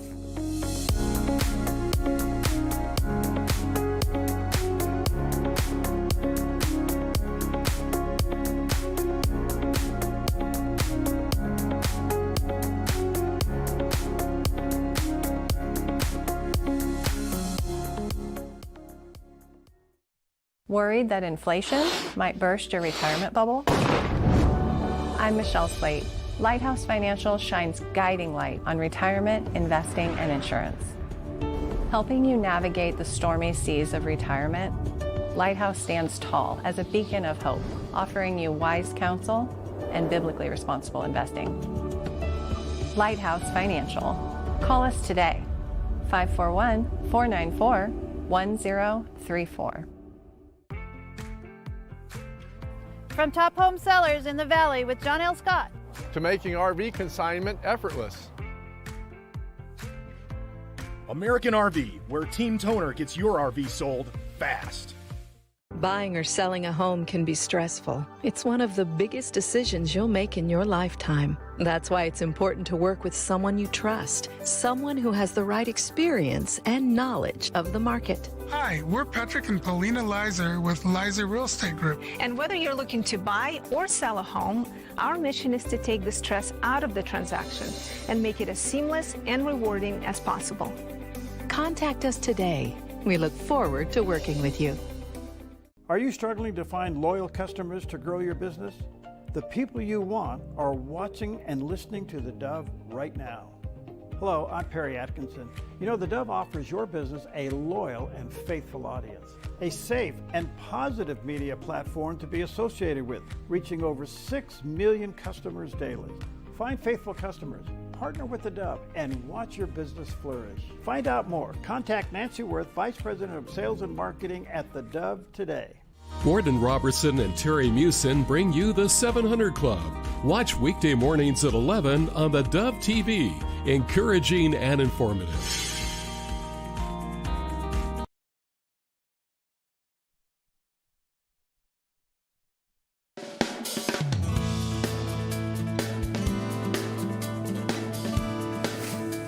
Well, good morning to you. Happy Monday, Tuesday, Wednesday, Thursday, Friday. Welcome to Mornings on the Dove, where everything's kind of casual, including Jared. Oh, it's Friday. Yeah. It's Friday. Cash Friday. Anyway, yeah. Good morning to you. Boy, wow. So much in the news this morning. We have a lot to talk about. We'll get involved in that. We do have a new FBI director. And it looks like Hamas has broken everything that relates to any kind of a ceasefire. And now what? So we'll have all that for you coming up in just a few moments. Beautiful weather out there, a little bit of a change, and then by the end of next week, we'll have our spring teas. Good stuff all the way around. Yeah. All right, good morning to you. Anything special today? It is National Caregivers Day. It honors the healthcare professionals across the country providing long-term and hospice care. You know, I have a sister who's a hospice nurse, and I have had many times sitting and listening to stories that she tells that are absolutely, I mean, they just pull on your heartstrings. I cannot say enough about hospice workers. They are angels. Yes, absolutely. And you know, it's interesting too, because, you know, people like my sister, they do that. That's what, you know, day in and day out. But we know a lot of caregivers are family members. And so it's not just the professionals out there. So all of you who are giving care, especially when vitally needed, our hats off to you. All right. Also, National Grain-Free Day. And of course, this is for folks generally who have allergies and things, autoimmune issues, and they can't eat grain. So there are substitutes and alternatives out there. I don't even know what they are. I don't even know how you get around a grain, you know, a grain allergy or something like that. Gluten-free, you mean?